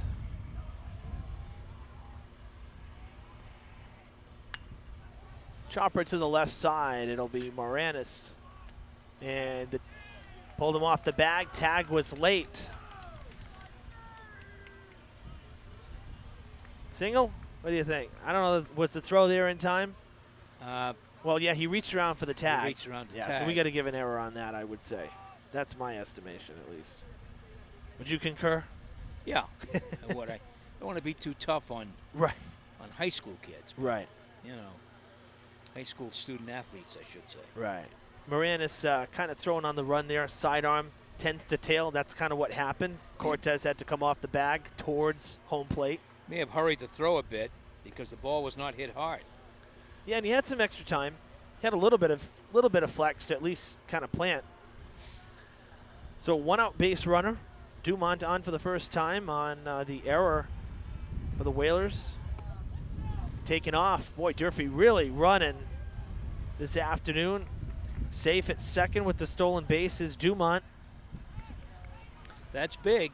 Got a runner in scoring position with one of your best hitters up, 2 for 2 today. I know. I was going to say with Alboria's swinging the bat, getting to scoring position with 1 out, that is absolutely a big stolen base. Taken down low as Boria watches that one out of the zone. Tarpey's got to be careful here. Boria's already slapped 2 singles off him. That one high and tight. And that is ball 4. 4-pitch walk to Boria, who's on now for the 3rd time. And that is the 3rd walk of the day issued by Tarpey.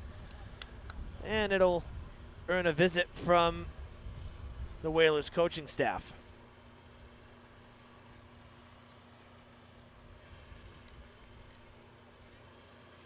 And this is the time when we talked with the coach John Seed earlier. Again, Tarpey will give you a good start to a ball game, 4 innings, 5 innings, and then things got to get funny. Whether they can't find the plate or bloop hits, things start to happen. A walk, and before you know it, you've got a lot of activity on the base paths. So 2 on and 1 out here in the bottom of the 5th for Durfee. Yeah, best opportunity for the Hilltoppers so far in the game. It's Espinal at the dish. He walked in the first. Sends it to left on a line. That is going to be a foul ball. Boy, the dugout came alive for Durfee on that. They thought he turned Extra on one bases. down into the corner. Right, exactly. Yeah, walk in the first, caught stealing, and then a pop out to the pitcher in the 3rd. But definitely a big spot here later in the game, especially when you consider how shut down Perez has been over the last 3+ innings. If Durfee can tie it up here. That one gonna miss high and in on the breaking ball. 1-1. And we'll say this, anything to the gap may score too, with the way that Boria can run at first. So if they can plug the gap and send something to the fence, might be looking at 2 here. Tying run at second.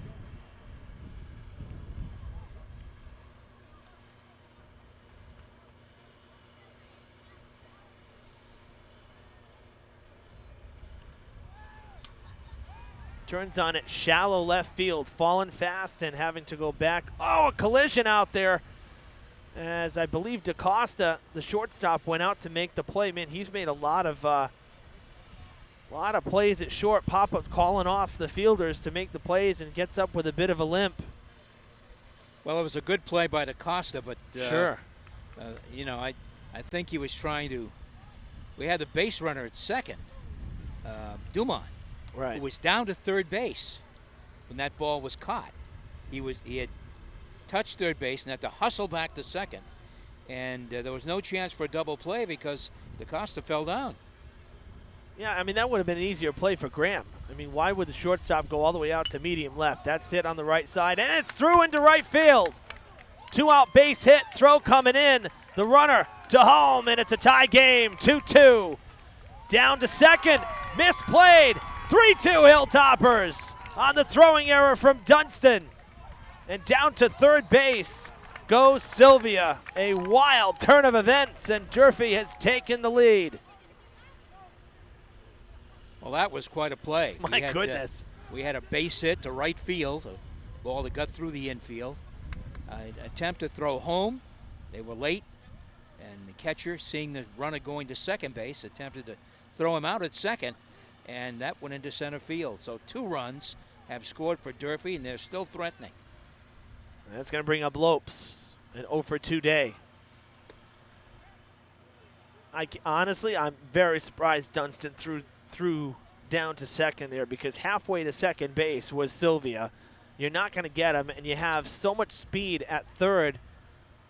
Of course Boria is going to take off. That's driven deep to left field. Graham backing up on it, tracking, and he makes the catch. Nice play out there by Graham, and it gives Lopes an 0 for 3 day now. But the Hilltoppers with 2-out runs here in the 5th inning. Little bit of help from the Whalers defense there, but Durfee with a lead for the first time in the game. 3-2 Toppers after 5.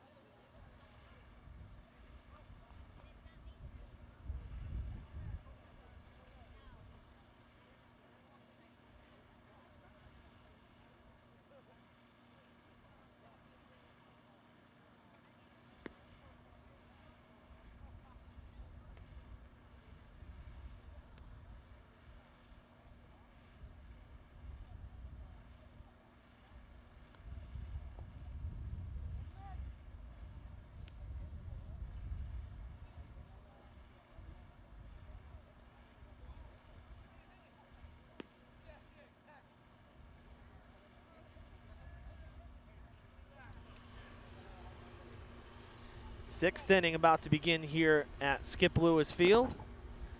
And the Hilltoppers with a pair of runs with 2 out in the 5th happened very, very quickly. We were just kind of tallying it all up here on the scorecard and looking at it. It's pretty amazing. You know, Sylvia delivered the game-tying single, and then Boria scored on the error. There were 2 errors in the inning for the Whalers and a walk. Dumont and Boria both reached thanks to an error and a walk. So 2 free passes essentially, and it came back to bite the Whalers. Durfee finally making New Bedford pay for a rare mistake. They haven't had a lot today, but Durfee made him pay.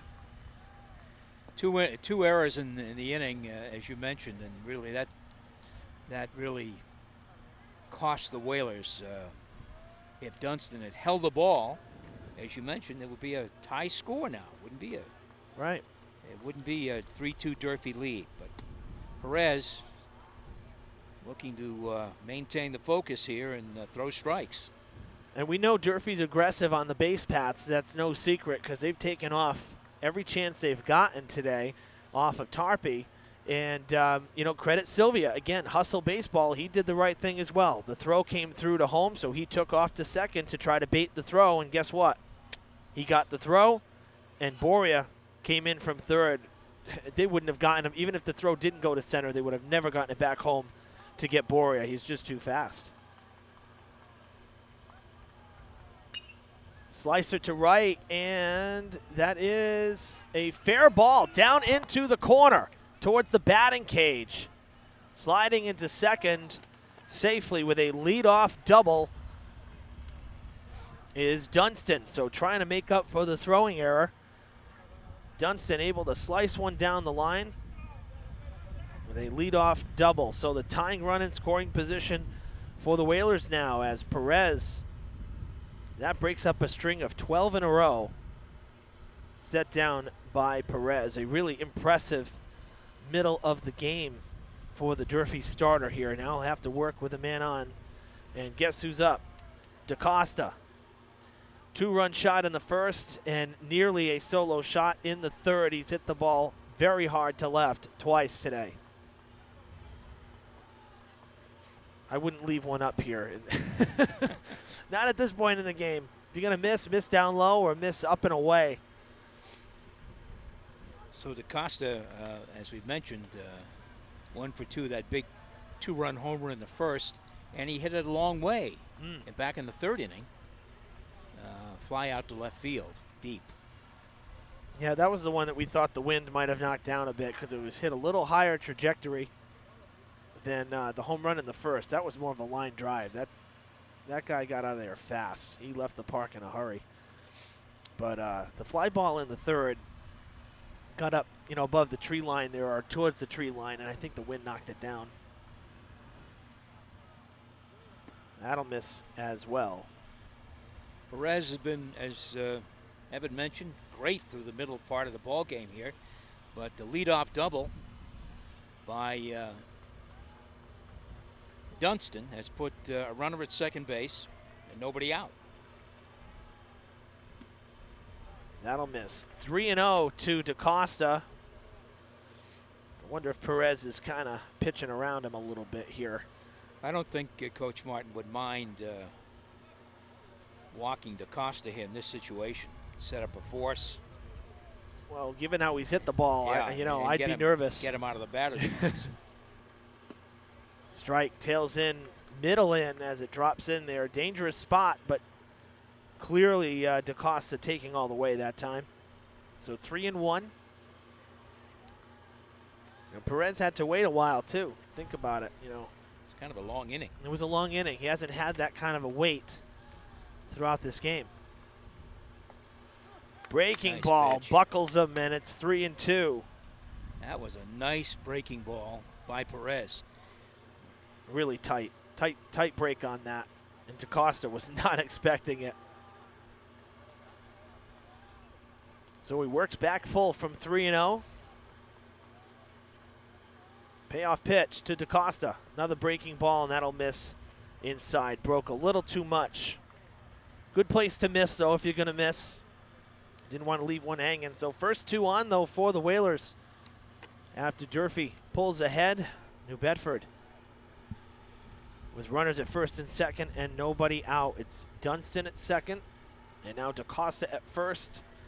And Frantic Jamie, the cleanup hitter, at the dish. He's been on once thanks to an error. He'll look at ball 1. That one's sailing up and out of the zone as well.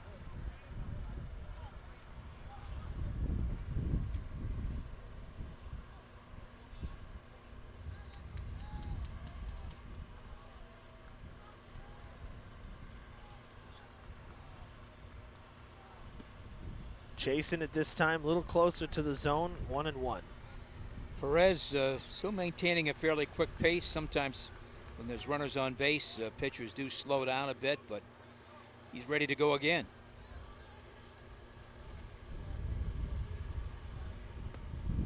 Got him to chase again and very frustrated with himself. Third straight pitch in basically the same spot, and Jamie unable to lay off. Balls look high, don't they? Yeah. From where we're sitting. I know, we're right at ground level. Fouled back, just getting a piece, and he'll stay alive. Yeah, the balls that are up in the zone, they're really right at like the shoulder level. They're definitely high. Mm-hmm. So Perez pretty tall, and he's on the mound as well. And of course, throwing sidearm, it can sail more, not like throwing over the top where you got the downward motion on it, so it looks even more like it's sailing.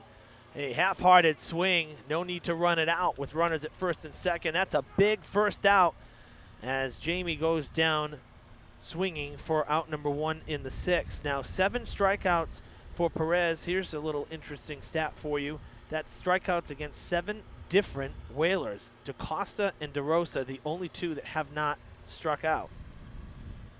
So spreading out the Ks across the board here. Coach Perez has done a nice job. I know he's in a mess here, but clearly he pitched very well. He has kept it around the plate, and there had been some discussion. Again, he hasn't had a win yet this year, but when Coach Martin was asked, "Is he your best pitcher?" he said, "Absolutely." So. Yeah, the number that stood out in my mind as assistant coach Benavides back to the dugout. Quick mound meeting. Everybody make sure you're in the right spot. Know who's taking the ball here with a double play opportunity and 1 out. Know what's going to happen if both runners take off.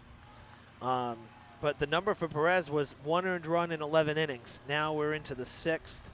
So 3 earned runs in 16 1/3 innings. That's not too bad for a high school starter. Is Tarpey looking to help himself here? Yeah, how fitting would this be? With the man in scoring position, 1 out, Tarpey at the dish, taking that first strike, another tailing fastball that comes back to grab the corner. Tarpey struck out in his last at-bat. Swung through some high fastballs, this time working down and away from him. Ball gets away, and Reese taking his time, and the runner moves up to third. Little lackadaisical right there, and now the tying run just 90 feet away. Didn't get too far. I'll be honest, it didn't get too far away. I'm surprised Dunston even took off. But able to get there. And that means the tying run just 90 feet away here. And DaCosta stayed put at first, which could help Durfee in the event of a ground ball. They still have the opportunity for an inning-ending double play. But now a little bit more pressure for Perez as he's got the tying run sitting at third.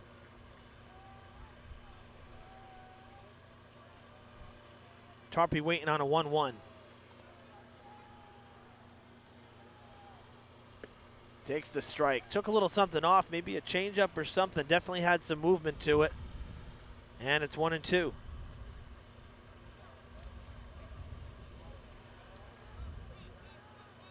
Tarpey would like to help his cause here with a base hit.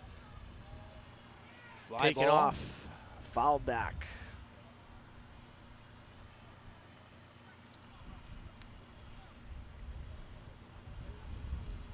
Not a bad time to run if you're DaCosta. Even with 2 strikes, I don't think Reese would throw through with the runner at third. And Tarpey's going to protect. So like that instance there, foul ball, he just goes back to first. Got him swinging for strike out number 8. It's the 2nd out of the inning. Back-to-back Ks for Perez. And Moranis will step in 0 for 2 on the day. Perez has done a nice job here in this, trying to get out of this jam here so far. 2 strikeouts. Really working hard. That one will miss. 1-0.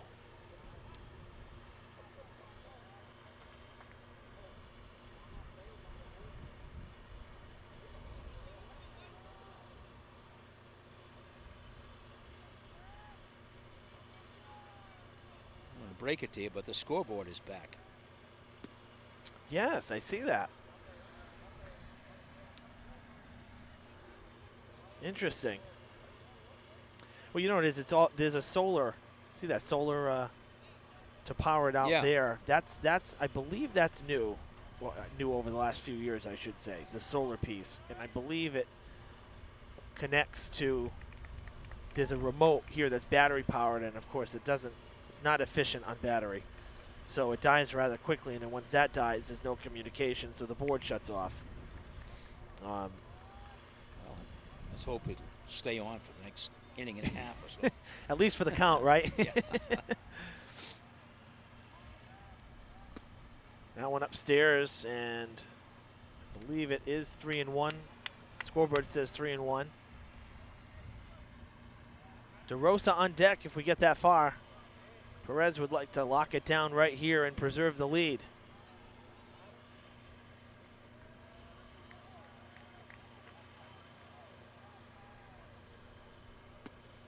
That will miss, and it is a 2-out walk. Second walk of the inning. DaCosta will go up to second. He walked before the 2 strikeouts. And now Moranis on for the first time in the game with a walk of his own. That'll bring up DeRosa, who's 1 for 2. Perez had to labor in this inning. A couple of walks, a double. The Whalers have yet to score, though, in the inning. And that's because Perez has had a couple of strikeouts as well, but he's thrown quite a few pitches this inning. Now DeRosa singled to center in the second inning, and then Perez proceeded to set down the next 12, and that continued until the start of this inning when Dunston doubled to lead it off. So really the first inning that Perez has had to work hard since the first when he saw 6 batters. And now behind in the count 1-0. The last thing you want to do, especially after getting the lead, is walk in the tying run. Definitely some control issues here for Perez in the 6th. That's missing badly. That one missing way up and out of the zone. It's 2-0. Catcher Reese did a good job getting up and snaring that high pitch. It was high. I mean, it was over the hitter's head. And mind you, Iltopper's already with a mound visit in this inning, so can't go out again. Got him to swing on it and foul it back. Out of play.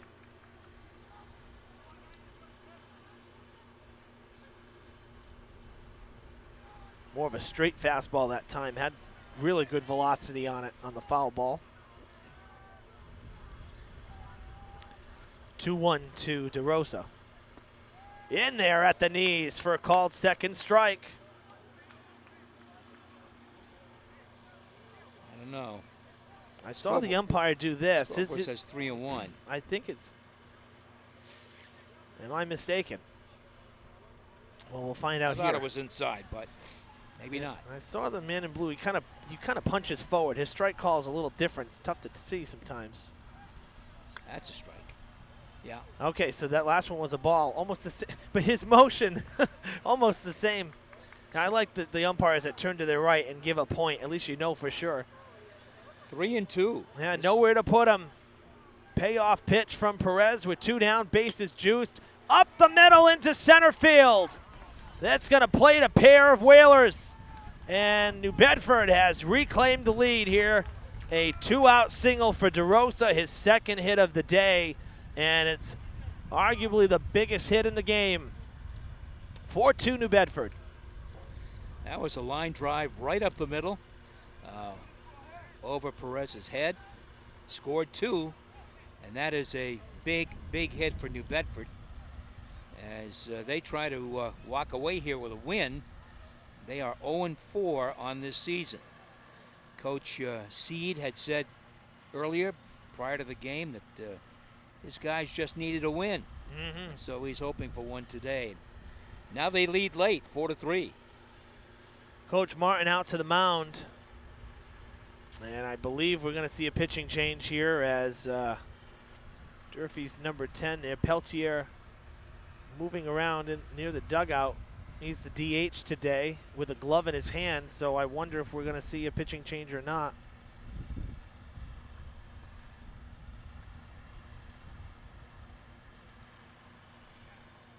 Yep, we are.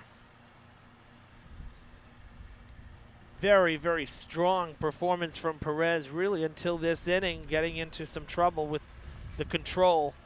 But it was a very solid day aside from this inning for Perez. Impressive. This is the first time I've seen him, and I'm impressed with how he's pitched. Well, he certainly pitched well. I mean, again, he pitched a very strong 5 innings and struck out, is it 8? Yep, 8 Ks on the day. Um, But the walk's coming back to bite him here in the 6th inning. The walks, the leadoff double by Dunston, Well, that then the too. walk. He K'd the next 2 hitters, and he walked Moranis, and a 2-run single by DeRosa has put New Bedford back on top, 4-3. So the pitching change as Caden Peltier, the DH this afternoon, will relieve Perez after 5 2/3 innings pitched.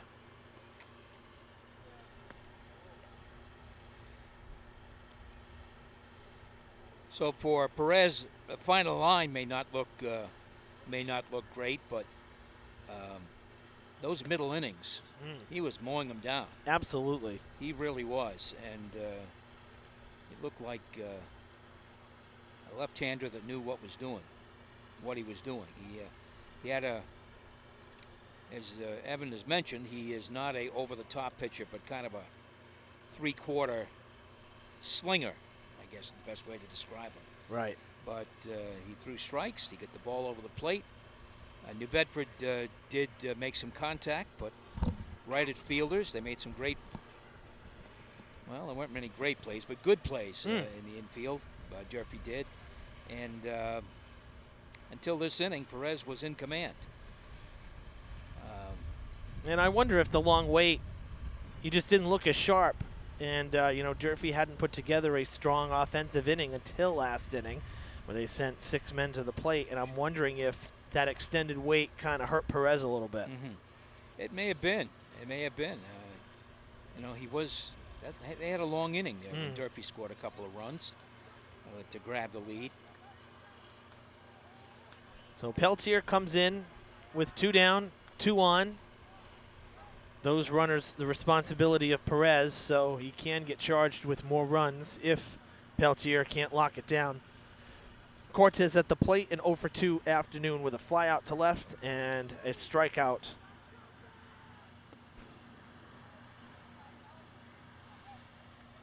Peltier's a right-hander. He's got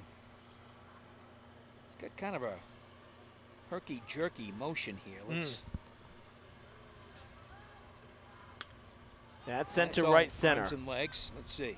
Dumont settling under it. Has to reach up for it, but able to get the out. So Peltier holds. That's a big second out. The Whalers, though, grab a pair and retake the lead and lead by 1. It is 4-3 as we head to the bottom of the 6th inning. So the Bats got to get back going, Jim. The New Bedford, again, they had been set down by Perez. They'd been under control by Perez. And Dunston, who had had a poor inning in the field, made a poor decision throwing to second base, which allowed the lead run to score for Durfee. Came back and led off with a double. And that was a nice way to get back in the ball game. The double, and then a walk, 2 strikeouts, then another walk, and DeRosa came through with a really clutch base hit, a 2-run single for New Bedford to put New Bedford ahead now, 4-3. It's the bottom of the 6th, and it's getting late here. How fitting, though, that Dumont scored that tying run after after allowing the go-ahead because of the throw. Yep. He actually ends up scoring the tying run, and then subsequently following him in was DaCosta, who got the scoring started with the 2-run homer in the first. So there've been some misplays in this ball game, but it's been a pretty good ball game. It's been pretty clean. I've been impressed, frankly, by when you watch high school baseball, there's a chance you're going to see a few things that misplays, right, errors. I mean, that's high school. Sure. But this game has been pretty clean. There has been a couple of errors that have impacted scoring. But here we go. Bottom of the 6th. Tarpey is still on the hill for New Bedford. And Peltier at the dish, leading off the inning with the bat. So after getting the hold there and stranding the runners on New Bedford's rally, now he will lead things off in the 6th, try to get the offense going. He scored the Hilltoppers' first run, and he'll get himself a base hit here. He's been on all 3 times this afternoon. It's the first time he's been on with the benefit of a hit. Reached on a walk in the 2nd, was left at 2nd, reached on a fielder's choice in the 4th and scored, and now on with a leadoff single here in the 6th. And that'll bring up Martell. Martell is 1 for 2, and young player, sophomore.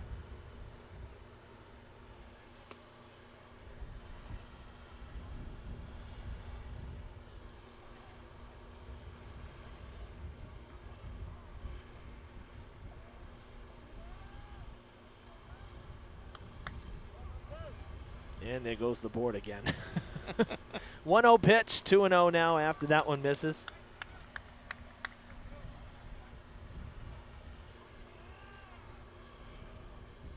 Now Dunston wants to chat with his pitcher. Yeah. Well, you don't want to lose it now. You just got it back, right? Yeah. Don't want to walk now another guy and get the first 2 on. So got to settle down. 2 out of the zone for Tarpey to start this at-bat.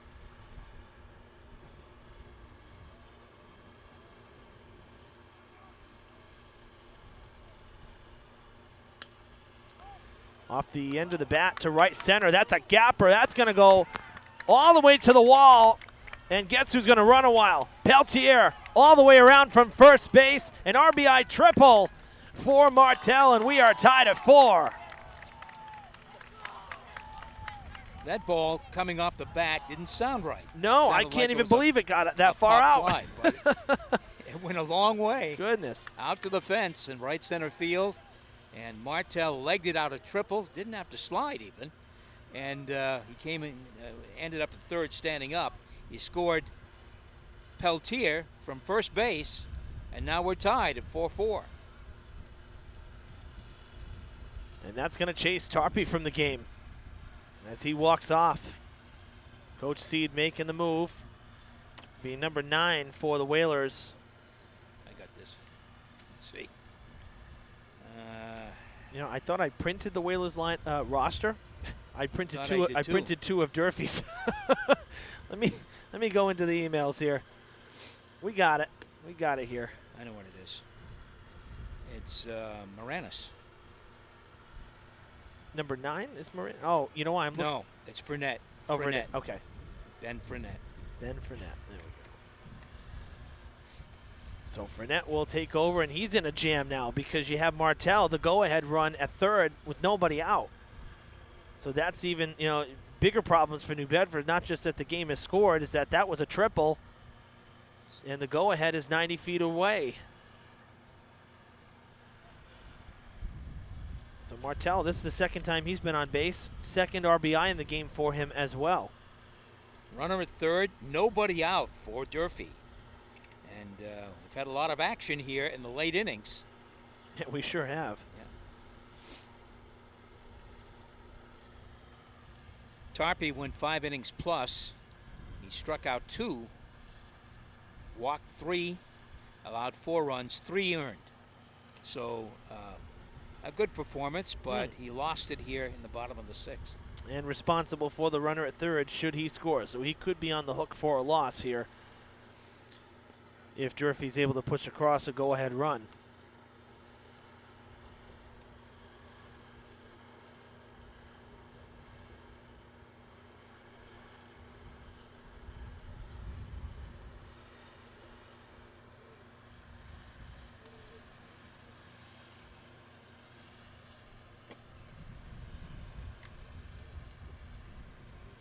Four 4 in the bottom of the 6th inning.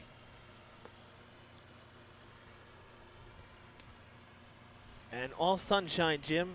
Yeah. That breeze blew those clouds across the sky, and now we're all sunshine anyway. I know, it's all blue skies now again. It's amazing. Because it was sunny all day, and then when I was getting here to set up, I said, wow, it really got cloudy. I said, I hope it doesn't rain, because, you know, I always worry with the laptop and the soundboard here. our mixer, I worry about any possible weather. The camera, we don't want that to get wet, but it actually is a little more forgiving because it's enclosed. But the laptop, that can't get a drop. Fournette is a junior, and he's got a tough situation here. No outs, a runner at third, 4-4 ball game. And Reese at the dish, 0 for 2 on the day. Infield is in for New Bedford, nobody out. And Martell, the go-ahead run, 90 feet away at third. Strike one for Fournette.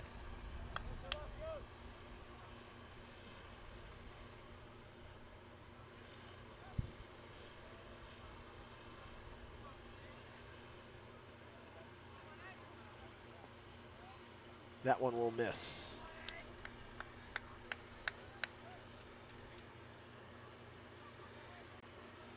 Fournette, somewhat deliberate.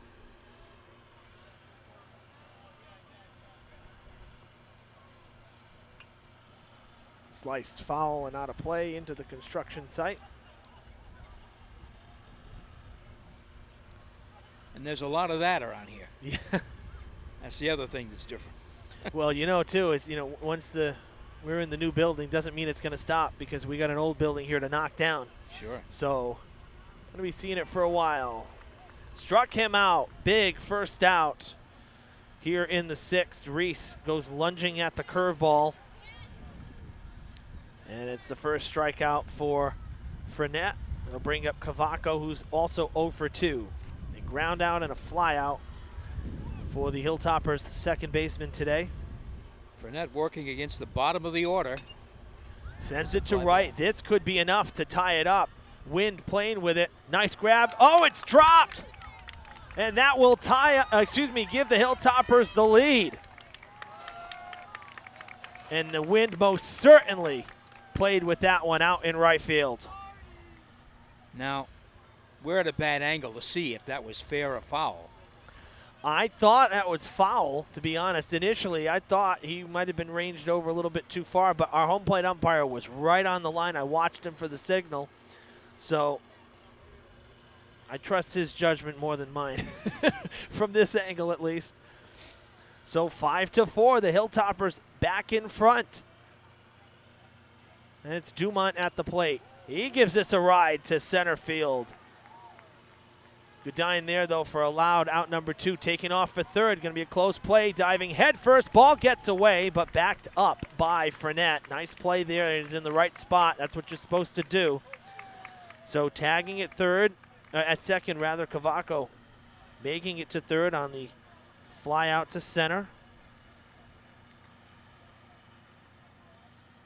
And back to the top of the order to Boria, who's been on 3 times.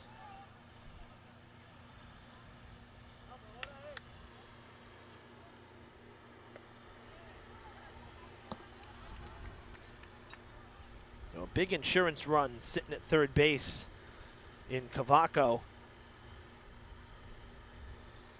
If Boria can deliver a 2-out hit here. Big curveball missing, down and away.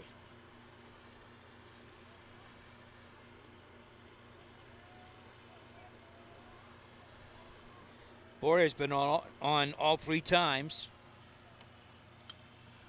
Waits on the curveball, slicing it foul and onto the practice turf. That's what you want from your leadoff man. You want him on base. And Boria especially, because they can run.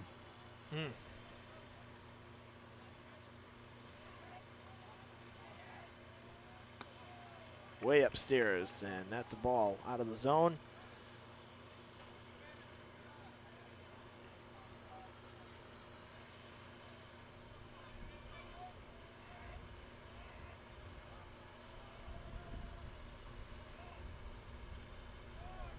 Tipped at the dish and just staying alive.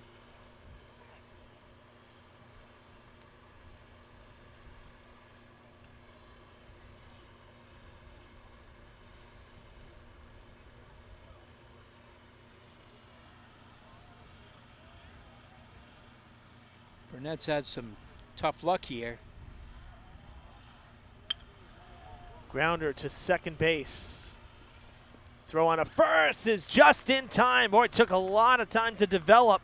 But Boria retired for the first time in the game. However, the Hilltoppers take a 1-run lead heading into the 7th inning. They'll look to close it out here, lead 5-4 after 6. We'll take the break and be back with you for the top of the 7th. Stick around.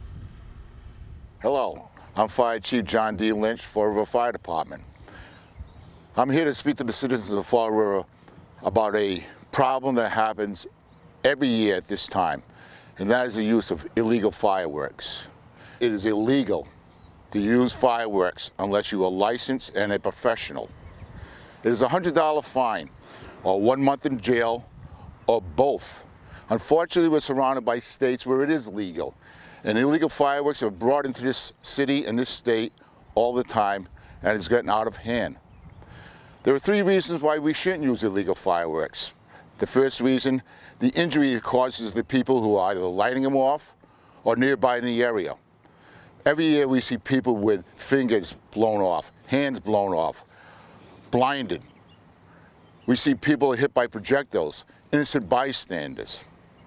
The second thing that's wrong with illegal fireworks, they cause quite a few structure fires to buildings, cars, houses. And the third thing, and something that people don't really think about, but I do, there are so many vets in this city. Vets from World War II, Korea, Vietnam, the Gulf. Many of these vets come back afflicted with PTSD. And to set these illegal fireworks off near the house can do drastic damage to them. It'll bring back bad memories and make that PTSD rise to the surface again. So please, don't use illegal fireworks. Let's get through this season together, safely, as one strong community, the great city of Fall River. Thank you.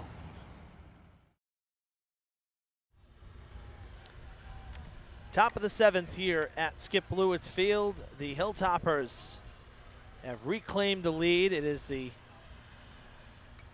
4th lead change in the game. Durfee able to push 2 across in the bottom of the 6th inning. I'll tell you, 6 runs total over the last 1.5 innings, Jim, after what was really a pitcher's duel for most of the game. That's baseball. It is. Grounded to second. And leadoff man retired here in the 7th inning. That was Graham, who grounded out. 2nd time in a row he's grounded out to second. And it's back to the top of the order. Well, the Whalers need to get somebody on base. That's obvious, but they have been able to come up with some big hits today. Of course, the home run early in the 1st inning, and then a 2-run single by Matt DeRosa in the top of the 6th. Right now, they need a base runner.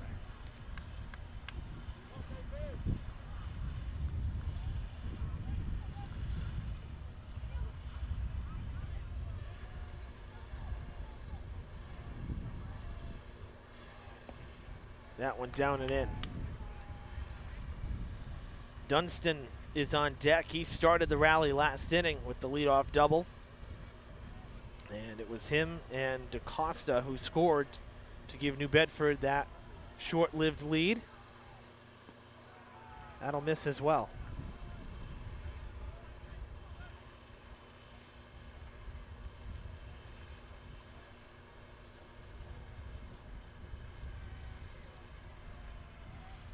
Three and 0, I believe.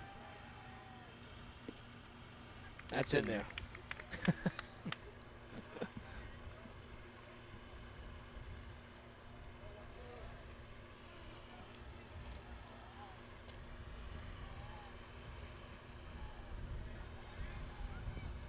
That'll miss. A 1-out walk.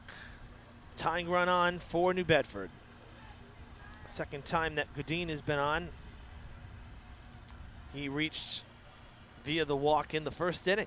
Scored the 1st run of the game. Now Dunston will step up to the plate.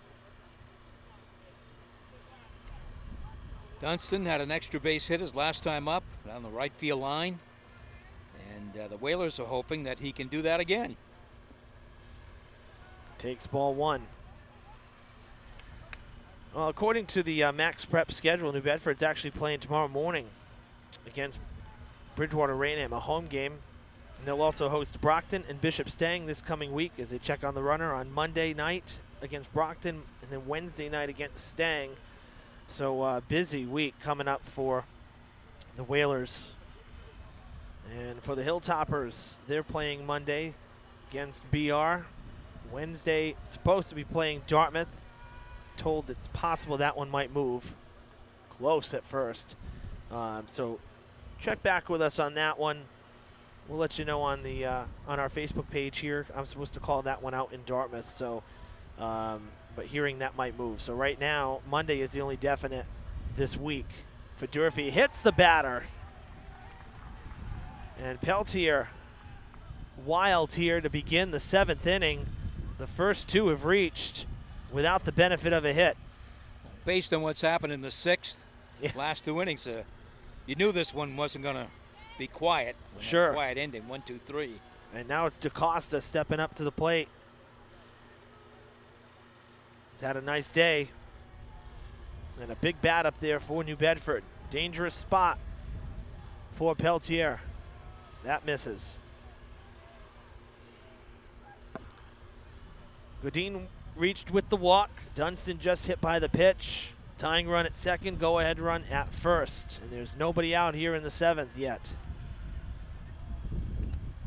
Swung through that one and actually fouled it off. Came to the fence for strike 1.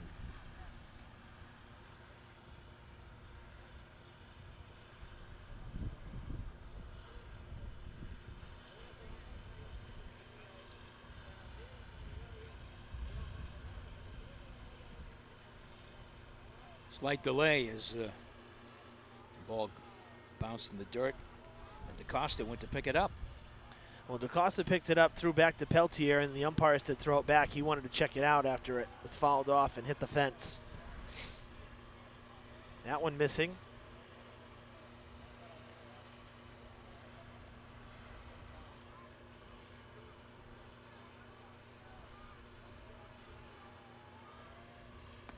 Upstairs, ball 3. Peltier not sharp here in the 7th. 1 out in the top of the 7th inning. Whalers have 2 on. That's right. Graham grounded out to start the inning. I know I said nobody out, but yes, the 1 out. Not getting the call, and the bases are loaded with 1 out. And the home plate umpire turned into the Hilltoppers dugout. Somebody must have said something. That's a close pitch. Perez was getting that call this afternoon. But I guess when you're a bit wild, you're not going to get it. Second walk in the inning. The tying run is 90 feet away. Bases loaded with 1 out for the Whalers. That is popped down the line, going foul, and it will land in foul ground, out of play. Almost should, if somebody would have made a spectacular catch, that would have scored a run. I know. I was thinking the same thing. I said, is this one that you really want to catch right now? Let it go. Let it go. Let it go. Frank, Jamie is up now for New Bedford.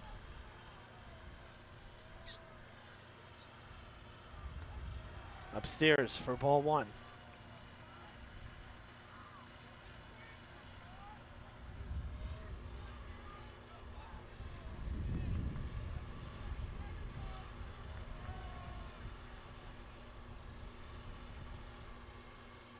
You just knew this would come down. Of course it did. Come on, it's Durfee, New Bedford. What would you expect? I wouldn't expect anything else. But a major jam here for Peltier. Slicer to the right side, and it is foul. 2 strikes.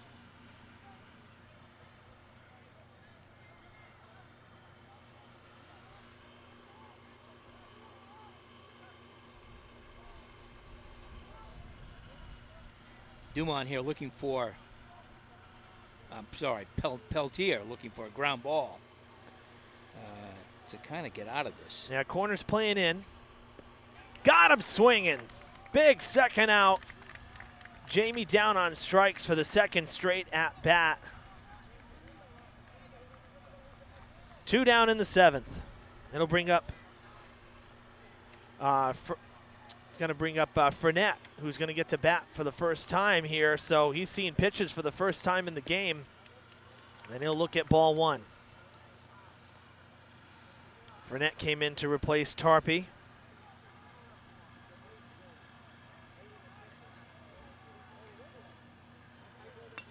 Chopper over the mound, the play at second, underhand scoop to second base, and the Hilltoppers out of the jam, and they win it. 5-4, the final score here at Skip Lewis Field. A real nail-biter down the stretch as both sides kept going back and forth. Well, it was all you could ask for, really. New Bedford Right. had a chance, bases loaded, 1 out in the top of the 7th, but a big strikeout. Jamie Peltier struck out Jamie, and then that ground ball over the head of Peltier out to the second baseman, and a force at second base, which ended the game. New Bedford leaving 3 runners on. Yeah, definitely frustrating. I mean, you know, really anybody's game as this went back and forth over those final 2 innings. But, you know, for New Bedford, they dropped to 0-5 now. They had a lead. And, you know, Durfee chipped away. You know, the error in the bottom of the 5th allowed the Hilltoppers their first lead of the game. Had that not happened, pocket the ball, we could be tied right now still. Yeah. You know, you look back at little plays like that, and, you know, still hasn't fully come together yet for Coach Seed's Whalers, but it sure will. Only matter of time. I know it's a shortened season, but it will. For the Hilltoppers, their second straight win. They sweep New Bedford on the season, and they are now above 500 for the first time at 4-3. And Perez, who pitched very well for Durfee until a bad 6th inning. It looks like he earned, I don't know. Peltier in the win. Yeah, Peltier. Durfee took the lead in the bottom of the 6th inning, and they held it. They were able to hold it despite working himself into trouble on his own. Peltier with the walk, the hit batter and the walk, able to come back and get the final 2 outs. Well, fun one here from Skip Lewis. Jim, pleasure. This was a lot of fun. I'm so glad that we're finally able to join forces here and do a game together. Well, thanks very much for inviting me. I really enjoyed it. Thanks again, and good luck with this whole program, this whole television program that you're doing here. Obviously, this is the internet game, and you know, you're giving something that I've always believed in, which is giving local things that you don't normally see on the screen, and you're passing it along here to the people of Fall River. That's a great thing. Actually, people of Fall River and people anywhere. That's the beauty of webcasting now, you know. So, yeah, no, we definitely enjoy it. And I'll tell you one thing, you know, being able to live stream, COVID has changed the way we do things a little bit. And honestly, it's forced us to live stream and to be able to start doing this. And we've gotten more audience. And I think, you know, it speaks for itself, because I've had people asking, you know, when are you guys going to be live again? When are you doing, you know, Sure. So people are watching. And, you know, we thank our viewers for that. Particularly, you know, this year we've done our best to cover as much as we can. And, you know, we've seen some good action under tough conditions, you know. So It's been a great day weather-wise. Looked a little threatening for a time, but the sun came back. And a good ball game. There were some errors, but they played a factor in the game. But in the end, certainly Durfee scoring a couple of runs there in the bottom of the 6th inning, grabbing the lead and holding on in the top of the 7th, despite New Bedford loading the bases. But Peltier pitched well and kept New Bedford from scoring. He did have a control issue. A couple of walks, hit batsmen, but he came back strong, got the outs, and congratulations to the Hilltoppers for a big win today. Now 4-3. That's right, 4-3, above 500, and they'll look for some revenge against BR on Monday. All right, that's going to do it from the Durfee Hilltoppers home field, Skip Lewis Field. For our cameraman this afternoon, David Montero, my broadcast partner, Jim Phillips, I'm Evan Massoud saying so long from Durfee. Enjoy a great weekend, everybody.